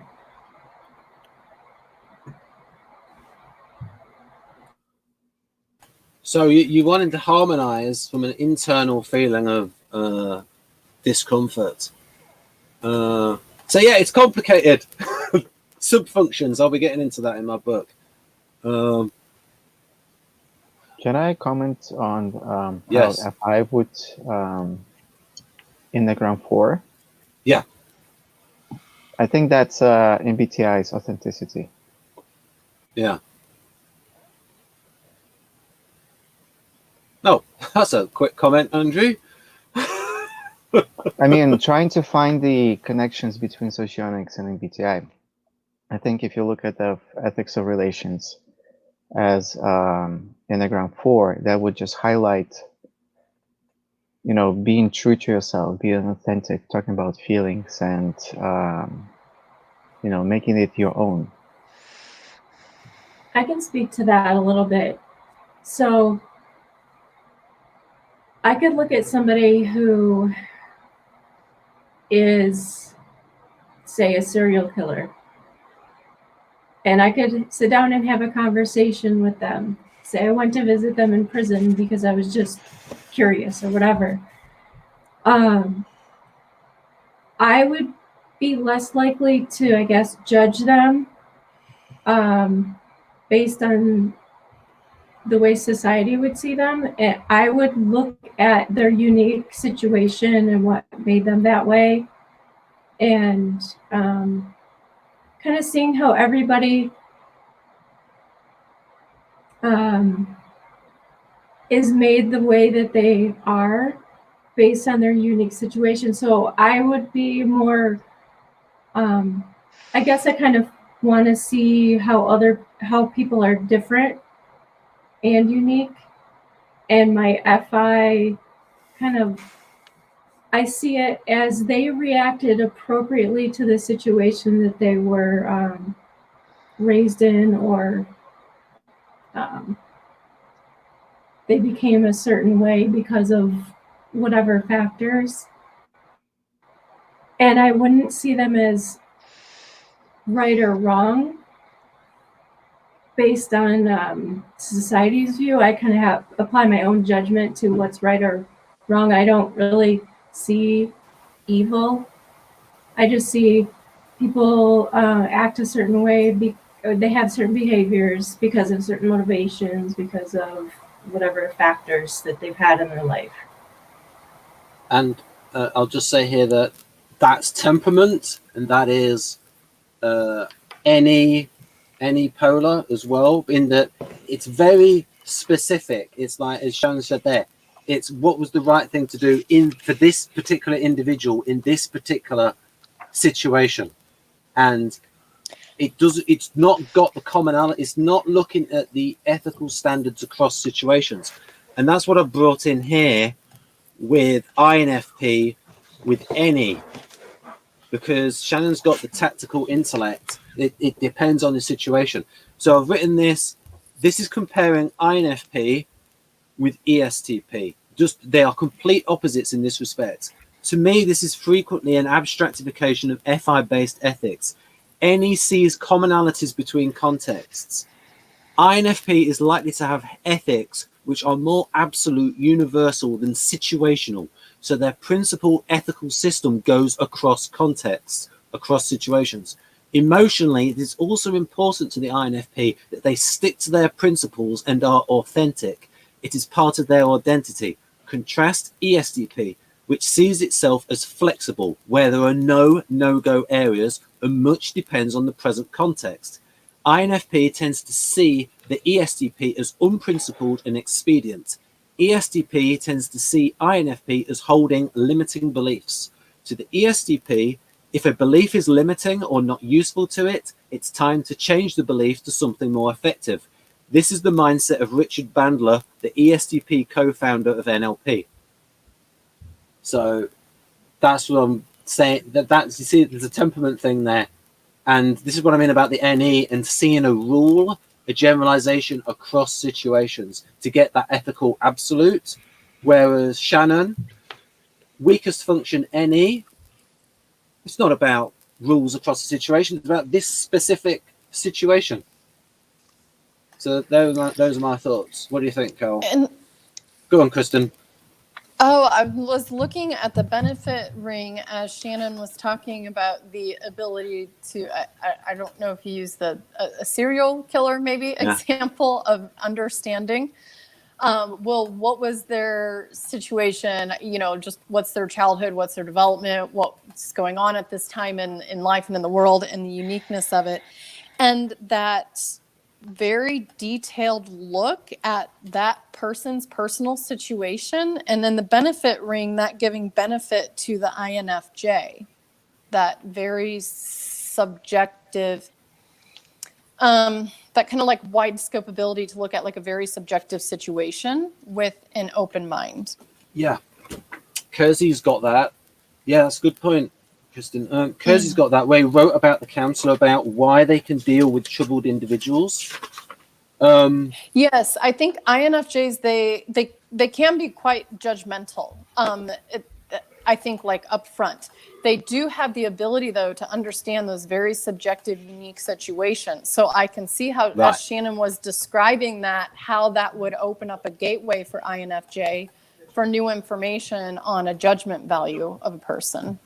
Yeah, so, oh dear. There's something in Keirsey about why INFJs, it relates to unvalued but very strong FI.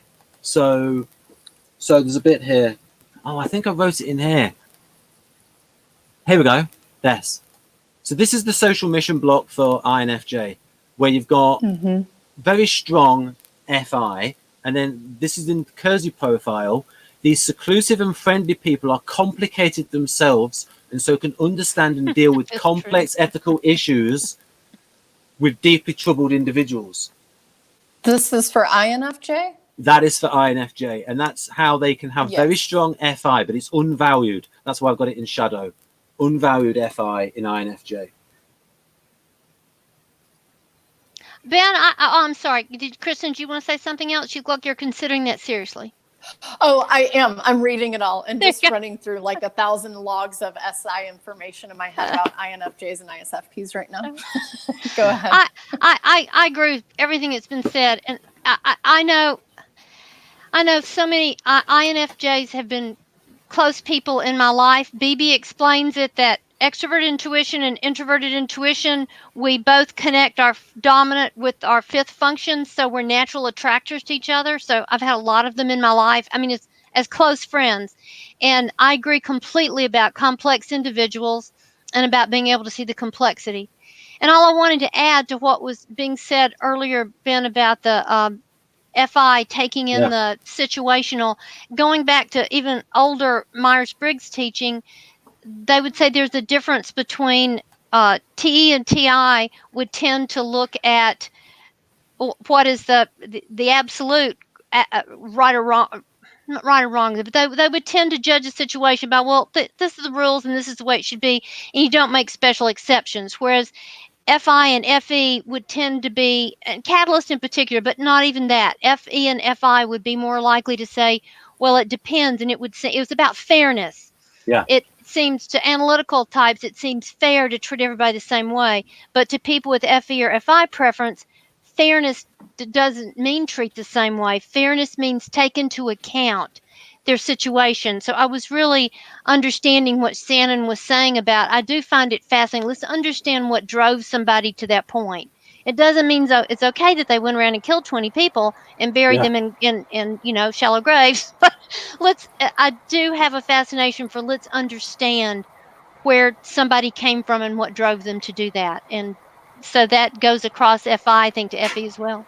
Yeah, this should be two separate lines. So FI with SE, situational. So you've got Dario defining SE as immersing yourself in the present context. Right. And that's consistent with the artisan temperament.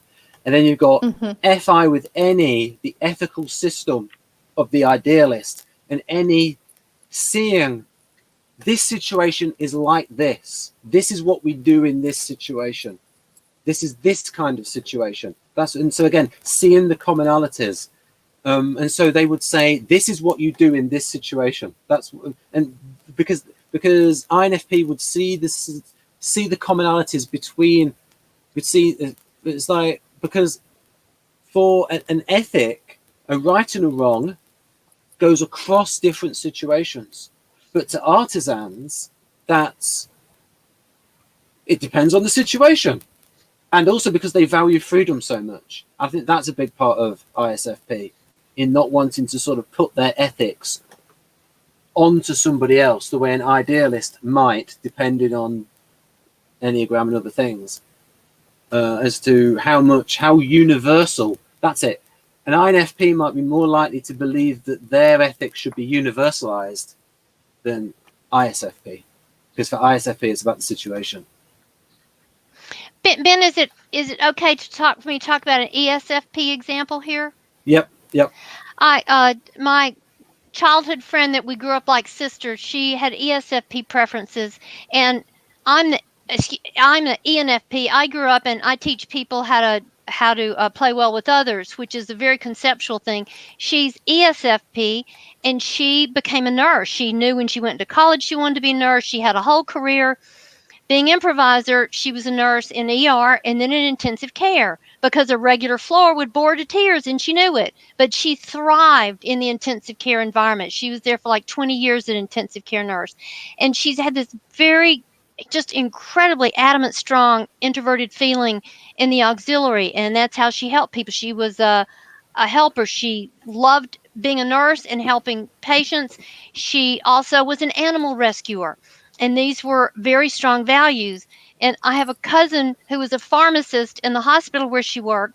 And now imagine she's blonde and blue eyes and, 5 feet tall and weighs like 98 pounds. But she had Enneagram 8 going on. And if something wasn't right about the medications, and, sometimes on the floor, they didn't get given the right thing, she would storm down. This little bitty tiny person, right? She would storm down to the pharmacy, and she would just give the guy HE hockey sticks. So I had a 6'4" cousin, a man, ISTJ preferences, who was terrified of my ESFP friend.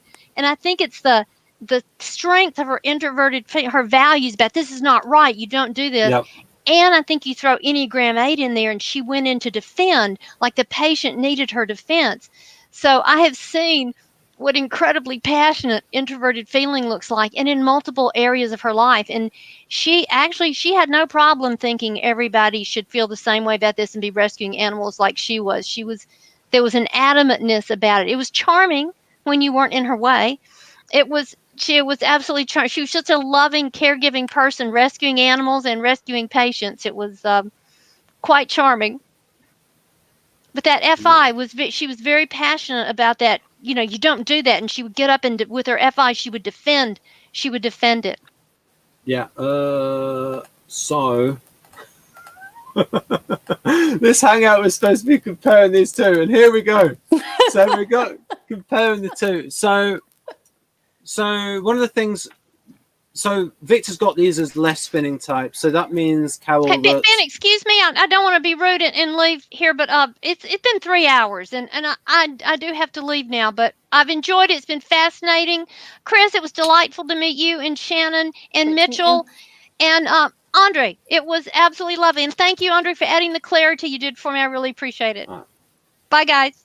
Bye, Carol. Bye. Oh, I'm curious, since we have these two types in the talk, if either of them could comment on what superego experience is like for an INTP and when they encounter ISFP in the world and vice versa. Okay, go on, Shannon. Tell everyone what it's like been dealing with me over these years. Or in real life also, like if you have any. Hey, I qualify as real life. This is real life. This is true. I'll hand that over to Ben because I'm not as familiar with the superego. Like, this is brand new territory for me, honestly. Okay. So it's sort of like, in terms of the interests, I like Keirsey's idea of, okay, what I can do is I can compare NFPs with STPs and NTPs with SFPs. I think there's a difference. So in Keirsey, you've got a small group.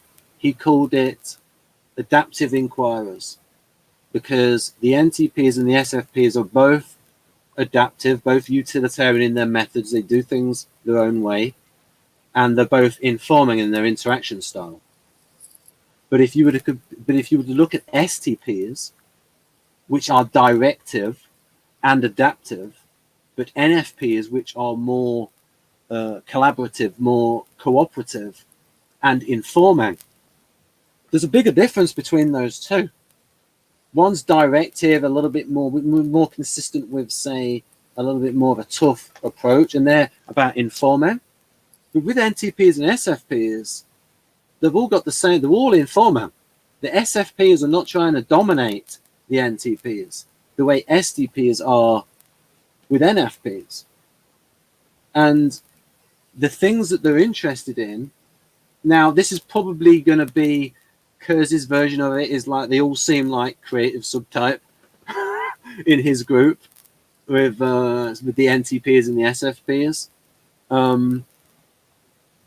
And so if you've got, so it's like the extroverted sensing of, why would the extroverted sensing of ESFP press on me when they're about, as long as I'm not trying to control them, their extroverted sensing would not be pressing on me. Extroverted sensing of ESTP would be pressing on INFP, because that's what their extroverted sensing is. It's 8-ish, and it tends to impose itself on other people. So INFP, in my view, is feeling the extroverted sensing from their conflictor more than I feel it from my conflictor. Because unless I'm trying to control them, I'm not going to get power-sensitive resistance coming back at me. Where there is going to be confusion between ISFP and ESFP is on the level of TI and FI. It's just that you got to learn not to give abstractions to ESFP. And that's what so my experience is coming from interacting with Jeff.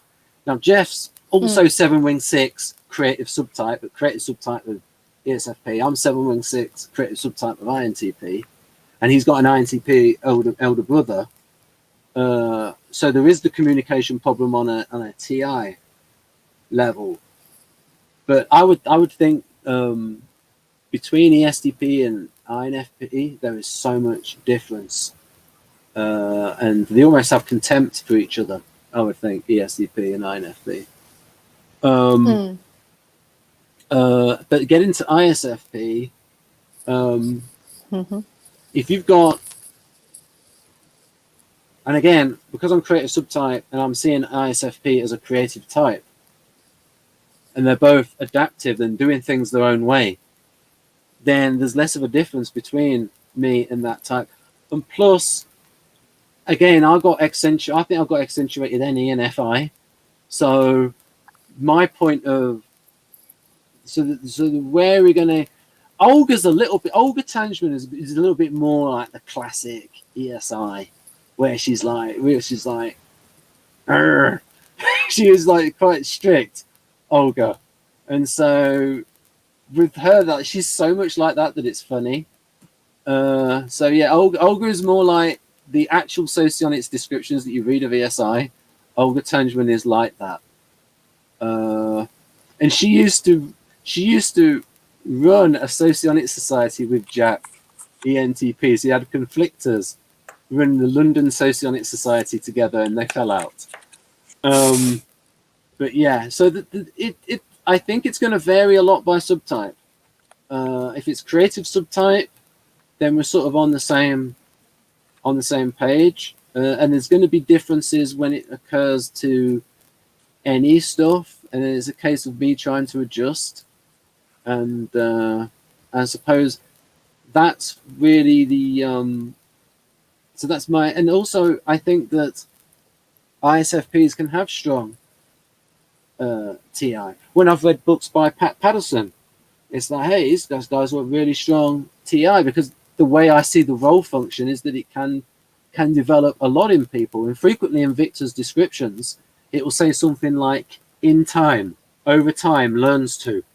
And so it shows how it develops. So if you've got, say, if you've got an INTP person and an ISFP resembling person, and they're both over 30, then their role functions will be developed more. And so there'll be less conflict on those role functions. It then depends how much the person uses NE.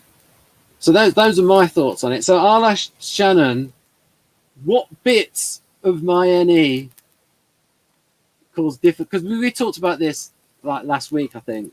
but maybe for the public, you could say which bits cause an issue with you, or like how it manifests your reaction to any. So if it's, again, going back to what I said earlier, I want to know what the agenda is. So if there's some anying going on and I'm just like, where is this going? It exhausts me sometimes to try to follow unless it's something I'm familiar with. Right. And I think you said before that the more familiar you are with it, if Ben's digressing onto something you're already familiar with, then it's all right. It's more tolerable. Yeah, it's to the point where you'll notice me like flipping around in the books because it's like my brain kind of just shuts it down. And I'm just like, well, I'm going to use this 3 minutes to read about one thing that you mentioned. I'm going to go there and I'm going to learn about that one thing. And then you'll come back to something where I can anchor on and then we can resume together. I usually come back to it though, eventually though, don't I? Yeah. Yeah, eventually I come back to it. I think that you mentioned, Shannon, that the NE will exhaust you unless it's something that you're really familiar with. And I think that's where the beneficial circles and the super egos we come back to, they have a place, but it's not all the time. And that it's if you have like a common task or a common interest, that's where it can be like an energetic catalyst, but not something that through like probably all parts of life you can stay engaged in a contributing way.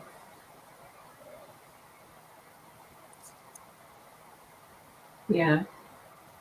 Yeah, like if it comes back to Enneagram or something that I'm a little more familiar with, but if it's like purely Socionics or purely Keirsey, I'm not as familiar with, or going in between the systems, I'm not as adept. So it's like I want to grab one thing that I can anchor myself, so I feel like I don't get totally lost. Right. Usually though, when I refer to something in Keirsey, I will then give an explanation of it. So I'll say in Keirsey, and then I'll give an explanation. So it's like it's not completely isolated. It's like Yeah, that helps translating me. languages. The more that Yeah. between all the systems, it's like you need a few languages like accessible in your head. So for just in terms of, because you've got the same charges here, and Victor's got this thing of things repeating on a different scale. So we could look at the ones that I've highlighted with these corresponding letters. So we've got here TI minus, logic of the researcher, analyzing the subject from many different standpoints. And this actually repeats here, there, D. In this, now this is for ISFP, or for ESI, works well with documents that involve analysis and accounting. So that's the bit that corresponds to the TI in INTP, but it's at a smaller scale. Like analyzing a subject from many different standpoints, but this is a more conservative version. It's still analysis, but on a smaller scale. And then we can say number C, a good teacher in structured disciplines, e.g. mathematics in elementary and secondary school. That's pretty strong role TI. And then that corresponds to C, thinking in terms of structures, classifications, concepts, which he keeps updating and improving upon. And again, good at structured disciplines. And I think it's worth mentioning what is the difference between position 1 and 3 and when each will be used. Okay, so role position. Andrew's got me tested here. Well, I can summarize it quickly, actually. Yeah, go on then, Andrew. Can you go back to that slide before? Okay, so I think you said with the metrics that the role and the break positions tend to be either on or off, and the launcher and the control positions tend to be on all the while. Yeah. But I'll be quiet. Or more like scanning environment, but yeah. Yeah. Anyway, for those new to Model G, Captain and Function 1 and Function 2, they work their preferred mode of operation. So INTP would like to use introverted logic and introverted intuition to accomplish his tasks, and ISFP would do the other way around. They would focus on managing ethics of relations and dealing with the matters of comfort as is defined in Socionics. Now, role-playing function is, you can think of as a defense mechanism, is when you find yourself in a situation where you're unable to use your leading function. So for TI, if you're unable to create understanding or did you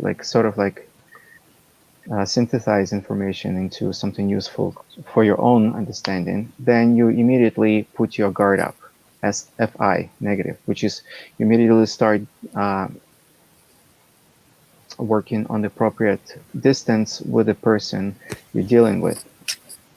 Now for TI, I don't know how it works for ISFP, but they would actually use TI as their defense mechanism when they're unable to manage relationships or focus on ethics and relation. So the role-playing function role is as the means they adapt in the environment when they're unable to pursue their social mission.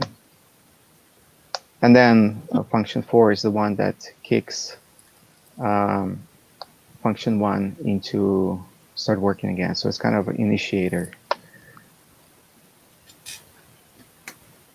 Thank you. I looked at C, and then there's A. So we've got here, keeps its distance from people, may seem stern, aloof, and uncaring. And that's a smaller scale version of A over here. Controls the distance in communication and stays at safe distance from bad people. So a little bit more nuance to it, controls the distance in communication versus keeps its distance from people. Controls versus keeps. A lot more nuance with the controls. We have... Yeah, that would be the more like having more mastery in that role versus like Andriy said, the 3 being more like a defense mechanism. So keeps us a little more momentary than control. Yeah, then the fine gradations of interpersonal distance based on how you feel about the person in the relationship. So B, here we go. There we go. May strongly disapprove of the moles around it, but we usually keep its opinion to itself. Versus B, gives firm evaluation of the morality of actions by those people he deals with. So you can see there's a little bit of ESI in this, but again, you've got the corresponding charges, FI minus, FI minus, SI plus, SI plus. So it's like it's shifting to this block. And that's why when we originally gone. I'm thinking of a work group like with that FI there. You know, if there's like a common objective, but something's happening within the group where there's a strong disapproval, that as long as they're on some kind of similar value system or objective, and in the same group, INTP and ISFPC, the INTP is going to see it, but may keep that opinion to themselves, whereas the ISFP may be prone, and I think Shannon mentioned earlier, to state it. Yeah. I'll just send in a message to a INTP resembler. YouTube video. Right. So what do we got here? Strongly disapprove of the moles. Right, so those were the connections I saw. Then we got Cold and here we go. There's an example. Cold and distant with strangers. Over time, it keeps coming up in that role position. Over time, learns to, begins to pick up the relationship nuances and finds the right approach to the person it's interested in. And then, so like we could sort of maybe if I put it up front and leave it there for maybe comments from you, Kristen, sort of anything that sort of you relate to experience. Oh, okay. Run through my memories teaching wise.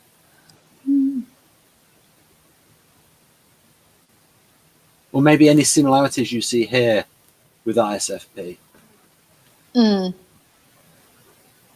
Well, I know what my experience is like with my super ego, and it's very energized, but we're all in an extrovert circle. And I've talked to other extroverts too about what it's like for them around their circle and across for super ego. So I'm seeing here that it perhaps, this is just like a seed of a thought that's spawning. It's more of, because these are internal functions that aren't always spoken, but that the other type might be more comfortable speaking to or putting out, like with TI, putting out a structure, a classification, a concept. Whereas the ISFP does that more out of that defense role when needed. So that having someone, maybe in a work group or in a study environment that would proactively do this. Yeah. So for instance, Shannon allowing them to not have to enact their defense as often. So Shannon is naturally behind the scenes. So I have to sort of encourage her to speak. But especially when it's on that, it tends to be encourage her to speak in a TI area. Oh, thank you, Ben, for pressing on my role function. We're on the TI slide. This is. I mean, because like these events are a whole load of TI.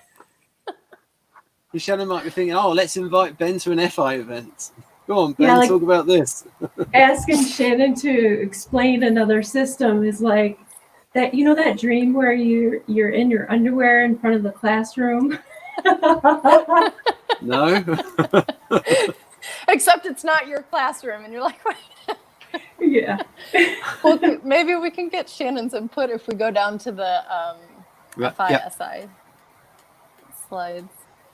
Because this would, in theory, be FI strength that in some kind of setting could prevent an INTP from needing to enact their defense.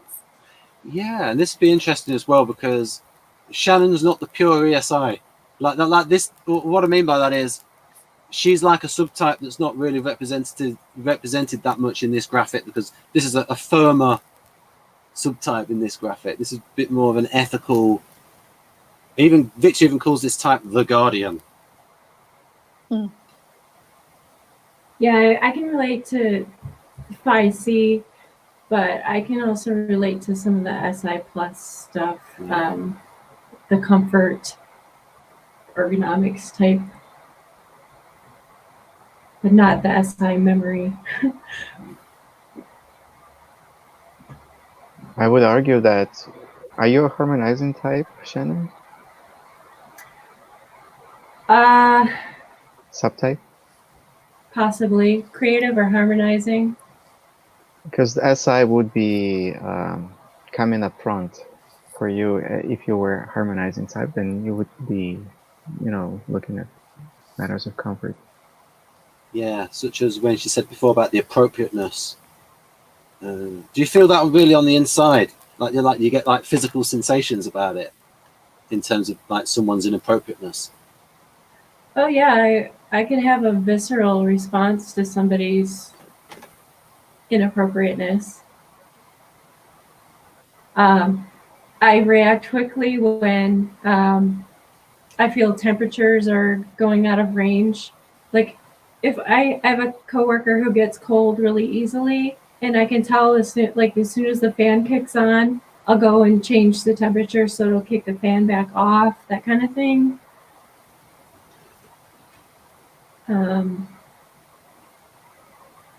Maybe if I knew more about the system, maybe I would tend to agree with this. I don't know enough about it.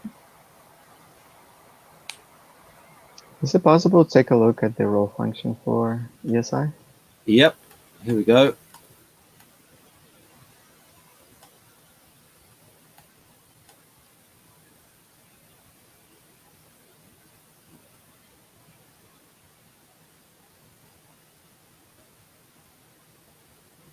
Yeah, so I have a colleague who is ESI resembler, possibly normalizing type. And I also identify as normalizing LII. So yeah, she's quite great at all these things, working well with documents, analysis, counting, very serious-minded. And that's what you would expect from normalizing subtype, is TI function to emerge. That's a good point, that. Yes. This profile does seem like the normalizing subtype. And so the role function would be a bit stronger. You're going, Kristen. I know a surprising number of ISFPs that are in, like Shannon mentioned, medical billing. This notes a structured discipline like mathematics, also in the sciences, and in hearing the visceral response to disharmony, I'm seeing too that these jobs like that have pretty clear expectations and structures. So probably reduced chance of, having a very heated debate about ethics or morals or decisions, that those things are more set in those disciplines. Yeah. Yeah, I do deal with certain heated individuals. Let's just say I deal with attorneys a lot. But there is a set of rules, and I know I can have a lot of fun with it, actually, because I know that they're kind of playing a game. They're trying to reduce the amount that their client is going to have to pay. And I'm kind of also saying, no, what you're trying to, take away from us. And I can have some fun with them. But it is very structured, and I do like that structure. I like knowing what I can agree to with the insurance companies, because my job, if I agree to something, I could short our company like a huge write-off, and so I really like knowing what the rules are. It's taken me a while to learn what the rules are, and they keep changing. I do like the change, though. I think that if it was always the same set of guidelines, I would get bored with it. But I do like Medicare's throwing this thing out of left field, and I've got to learn how it affects everything. So I do like a little bit of challenge that way. But I don't ever... there are some patients that do get very angry, because who likes to hear that they owe money? But I really like creating harmony in that area as well. I really like composing a nice email that's going to take the sting out of, hey, you owe a bunch of money. So, yeah, there's not a lot of disagreement. So, Shannon, I'd like to follow up on this, because I've done events with Jeff since 2013, and I've picked up these little nuggets from him. So when you said there, you like to have fun with, so I'm getting an impression here that you like to know the rules. So that's like consistent with the I(j) balanced stable Galenko temperament. But then you've got the Keirsey temperament thing of, so how do you play with them? Because that's interesting to me. I think that's a little bit of your Keirsey temperament coming through? How do you play with them in terms of that sort of game you play with them? Yeah, with insurance companies, it's interesting because they say you can't do this and you have to do that. That's what they say. But what actually happens is I tweak this, I move this, I kind of change one thing here, and then it works out a whole different way. So it's a lot of what do I have to work with? What can I move around a little bit? How can I compose this in a little bit different, and then get it to go through? Now, was that a little bit of a Freudian slip there, Shannon? You actually used the word compose. No, I meant that. Okay, yeah. It's like exactly like No, it's called the here are my composer. items. How can I? Yeah, so it's that little thing of like moving the structure around, a little bit of the creativity. So even when, so this is the thing that Jeff would say is, when the artisan is doing something atypical or atemperamental, it still comes through in little ways, in like the way you play with the structure, make it your own, that little bit there. Whereas, say, LSI or Keirsey-ISTJ would be stick more to it, I believe, and improvise less around it, unless the creative subtype. But yeah. I have a question, a theoretical question for you, Ben. All right then, I feel on the spot. Okay. You know, like, so the difference between function 1 and 3 in terms of proficiencies. Function 1, you theoretically have an ultimate control and mastery over this. So INTP would have a mastery over TI, introverted thinking, and ISFP would have complete control over FI. Now, function that appears in the third position role playing can only be trained up to meeting social norms. Now, question is, remember, it was one of the hangouts with Victor. Okay, before that. So how come INTP cannot benefit from ISFP's stronger function to train role playing? Is it more explosive this way than if they get trained by a types duo, for which role-playing function is in position 8? So they have proficiency, but they have no interest in using it. Well, I personally think that in Victor's system, subtype is just so darn important.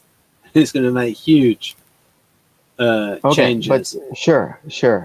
There's certain things which get softened or hardened based on subtype of the role-playing function. But as a defense mechanism, for example, yeah, I wrote down the relationship between ego and superego as, what is it? Mutual respect at a distance and yes, hidden competition. So INTP may know that its FI is not as good as ISFP's. yeah, And ISFP may subconsciously know that their TI function is not as good as INTP's. Well, so there's some sort of like a dance at a distance. They kind of test each other's boundaries where they stand, but it's also a relationship of mutual respect, but at a distance. So when you use the closest distance, yeah, then strong functions will start pressing yes, on weaker functions, and then it cannot be trained anymore. That's what I think. yeah, and so because Victor would say that the relation of social benefit operates at a certain distance, and so it's going to be the top functions that interact with each other. But at closer distance, you're going to have the demonstrative function, the showy auxiliary, hitting the allergic. So although I tend to be a bit loose and use NE probably more often than so Shannon would probably get on even better with, say, a different subtype of LII that's not as NE as me, and then it won't press on her allergic position. But then also Shannon's not a very sort of dominant SE kind of person with the 6 in there and with the 9 in there. So, and I also think that Victor wrote something about the arrangement of Model G, and I think this is important to remember when he wrote this. Both approaches, energy and information, are in principle schemes that at play explain general tendencies. They are not assembly structures where a precise position, the size, and the real connections between psychological elements are established. We'll have a way to go and make our models operational. So he's saying it's just a model of the general development. But I would say role position, if you've got a couple of people and they're both over 30 and they've worked on that role function, because I see it as the other half of the Jungian temperament. Like if your Jungian temperament is I little j balanced stable, and that's your mindset of internal subjective judging, you will turn to the other side of that. Also, thinking and feeling are not opposites. What is the opposite of feeling is the impersonal objectivity that thinking can aim towards. But thinking does not necessarily always aim towards impersonal objectivity. So you can have feeling working with thinking in synergy. So that's where the model can slightly break down in that certain functions are more opposite than other ones. So I would say it's certain aspects of certain functions are in opposition more than others. So, for example, the aspect of extroverted sensing that has to do with being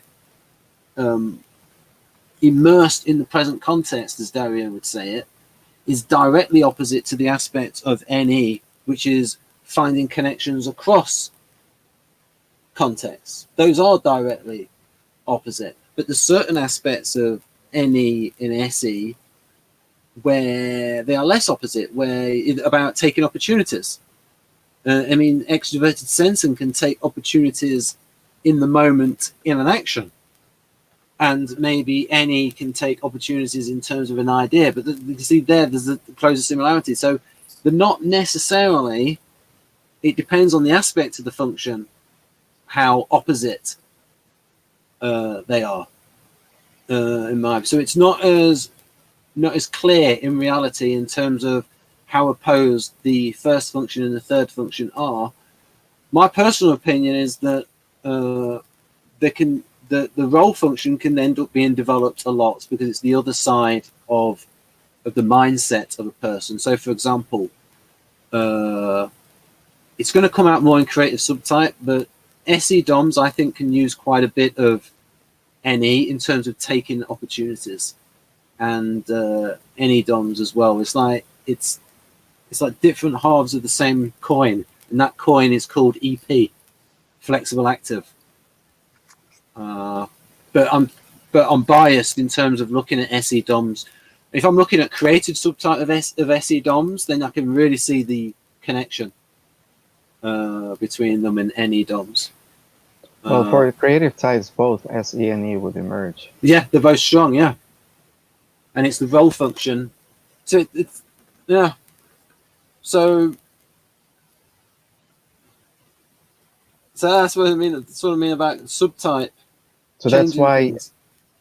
superegos cannot provide social benefit to each other. They'll just kind of well, you need like another person for ISTJ for ISFP and INFJ for INTP. Yeah, what I've noticed with INFJs is like they like the TI I produce, but not as much as me. What I mean is, it's like the eyes are bigger than their belly function. They get overwhelmed by the TI. It's like, oh, I don't know. It's like they're really, really hungry for it. Oh, great stuff, Ben. Great stuff. Oh, you sent me something. Well, I think that's where the arrow can point from INTP to INFJ, but less than the other way. The circle's a little stronger the other direction. It's a very complicated the relationship. But that's also less comfortable relationship.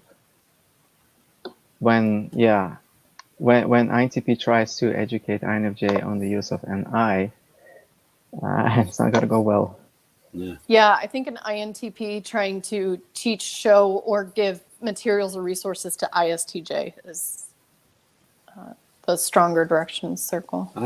Yeah. So this is something that Victor wrote about the social mission. And Andriy translated this. And there may be slight differences because, this is from the 2012 Teachers Roundtable thesis, and it's slightly different in Victor's book. We got here. Right, Auschra made the claim that the socio develops thanks to relations of social benefit. Relations of social benefit supply him with cutting-edge human experience and enable the mobilization of the most developed elements of the psyche of each person for the use in accordance with the emerging needs of society, like focusing intellectual energy into a sharp ray, into a focused laser beam. Right, there we go. And then we've got for energy metrics dimension, see the print in the information. Here we go. So why does the psyche of an individual line up different? Again, Victor wants stuff repeating on different scales, and he even puts it in his definition of TI minus, scalable logic. So it's like what we went through before, where we had the block, the social adaptation block of INTP being a smaller scale version of the social mission block of ISFP. And the same with the social adaptation block of ISFP being the social mission block of INTP, but on a smaller scale. So, for instance, when we looked at the working with documents and analyzing them, is a smaller scale version of the social mission of INTP. So he wants everything to like INTP. David Mark Keirsey also likes things repeating on different scales. So why does the psyche of an individual line up differently? I think I'll let Mitchell in after I've gone through this. He's not said anything in about 2 hours. I was gonna say I'm probably gonna have to leave since it. Okay. My input on. Like, if you say it me now, too, Mitchell. in about 5 or 10. Right then, I will be quiet. So, any thoughts, Mitchell? Because you helped me in the preparation for the Model G debate. Thoughts about one in particular? So basically, this whole the actual social benefit rings in terms of this progress of society thing. I mean, the way I see it again is like how I started with the complementarity. But what have you sort of seen in real life, or to sort of like make this idea solid of a social benefit ring? Or you mean particularly how the superego pairs relate? Maybe, yes. Yeah, so that's, I guess, one thing that I could add that I've learned from Victor is that the different intertype relations have in introverted socionics are characterized by a type. And so for superego relationships, that's the type of the SEE or the ESFP. So they have this relationship of like a negotiating and helping each other in society. And that's a way that they can gain, that's a way that the relationship between them can be harmonious if they behave. Mitchell, are you talking about the integral types of the different planes of the relationship? Right, so this is what it is, folks. Right, so what we have here, it's because, so the zero type on the intellectual level for the zero type on the intellectual level is ENTP. And the superego of ENTP is ESFP, SEE. So SEE is the integral type of the superego relationship on the informational plane. So now we have to find the superego of each of the zero types. So the they usually just use the intellectual level, but Yeah, okay, so let's say social level. So social level. But for social level, it would be the opposite. It would be the ILE. Yeah, ILE, because that's the superego of SEE. And he's going to have the superego of ESTJ, ENFJ is going to be there. Yeah, the ENFJ and ESTJ are also mutual superegos. Yeah. And so that's going to also be the, on that level, be in the, the physiological level for ESTJ. That'd be the 0 type of the physiological level. Did I miss a level out? ENFJ is 0 type and psychological level. ENTP intellectual level. Social level is ENFP. ESFP. And physiological level is ESTJ. Right. And also what I noticed is that these levels have, again, Victor likes to have things repeating and patterns. Different. It's like the physiological level is like the ST club. The social level is like the S. They're most similar to it. Yeah. But it is important to mention that all the functions operate at all the levels. Yes. It's just that in terms of understanding a level, it's like the physiological level has some similarities to certain aspects of the physiological level, have similarities to the kind of activities involved in, say, the ST club of, pragmatists. And then you've got the socialites for the social level. Again, there's going to be some overlapping aspects. And then the intellectual level with the with the researchers. And then the psychological level with the NFs. Tell us something we don't know. NFs are interested in psychology. So we got into a complicated bit there. I don't know what else to say because it's so. We could try and get into. This was from a document. We can get into this in future and just have like a specific event just on the benefit relationship, and something I want to get more from Victor in future. We might get some more preparation on this, and that is once we know more about the planes, the PIPS planes, we can then speculate about what happens in a benefit relationship on each of those planes. So, for example, I think that in the relationship between LII and IEI, that on an intellectual plane, I don't think LII is necessarily the beneficiary, unless maybe the psychological plane has been abstractified, and the IEI is actually teaching LII about. Well, yeah, but remember, all the functions have an intellectual level, so there's still an intellectual level of functions like NI, FI. So right, okay, yeah. But I think in general, if you look at interactions between LII and IEI, it's usually that the LII is given on the TI, and then when you look at the psychology stuff, so it's like 2-1. If I keep a score sheet, if I look at a relationship, I look at a score sheet, and I think on the physiological level, LII is rubbish at providing what IEI wants. They're hungry for that extroverted sensing, and LII cannot provide it. So it's like 0 score on that level for LII in that relation. They are not giving IEI what they want.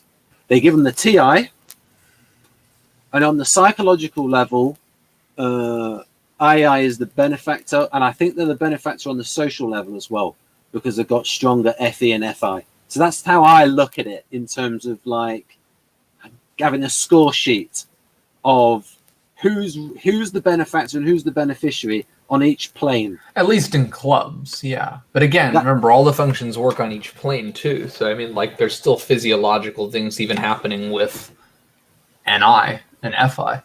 Oh, I see what you mean. Yeah, and that's in the back of Victor's. But I was just trying to keep, because there's just certain relationships where it's like, are they really the benefactor? Are they really the beneficiary? Doesn't it depend on the situation? So that's what Yeah, yeah. it does It reverse always directions. does. Yeah. So there are times when if you take LII and IEI, the IEI is normally, like, especially at more of a far social distance, leading the relationship because they're stronger in a number of functions. But at close distance, what can happen is the reverse benefit takes place, and the LII,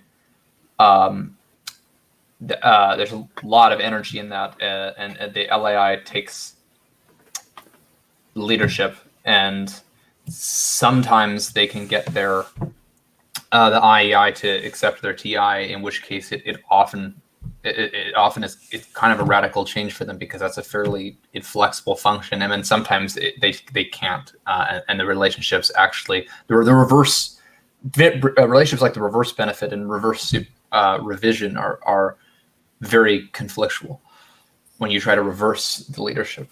Yeah. I'll say for the audience that revision relationship is also called supervision. Not saying they never work, but it's a bit trickier, and that's where the energetic overload sort of occurs. Right. So I do think it would be interesting to do that event, and he is working on a paper on the communicative space. I don't know if there's anything else to cover because I don't really want to go into the benefit relationship because it is so complicated with this unconscious request thing going on. I mean, that's a separate video. So, Kristen, have you got any questions to sort of like? Oh, of course. I'm gonna have to go though. Yeah. But no, this is good, especially the diagrams to be looking at my own notes on the function stacks compared with yours and see how in sync they are. Different positioning, but similar explanations and similar interactions. I think too between the types and the function where the functions fall. Yeah. So I think I can say the concluding thoughts is that the fact that Kristen's been able to apply these social benefit rings shows that there's utility in this theory, at least.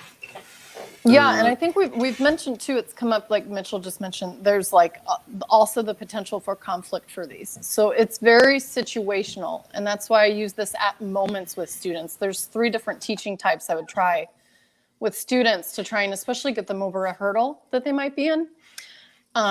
So yeah, it's situational. Yeah. Right then, I will end the broadcast, but everyone won't go puff until they lead. Here we go.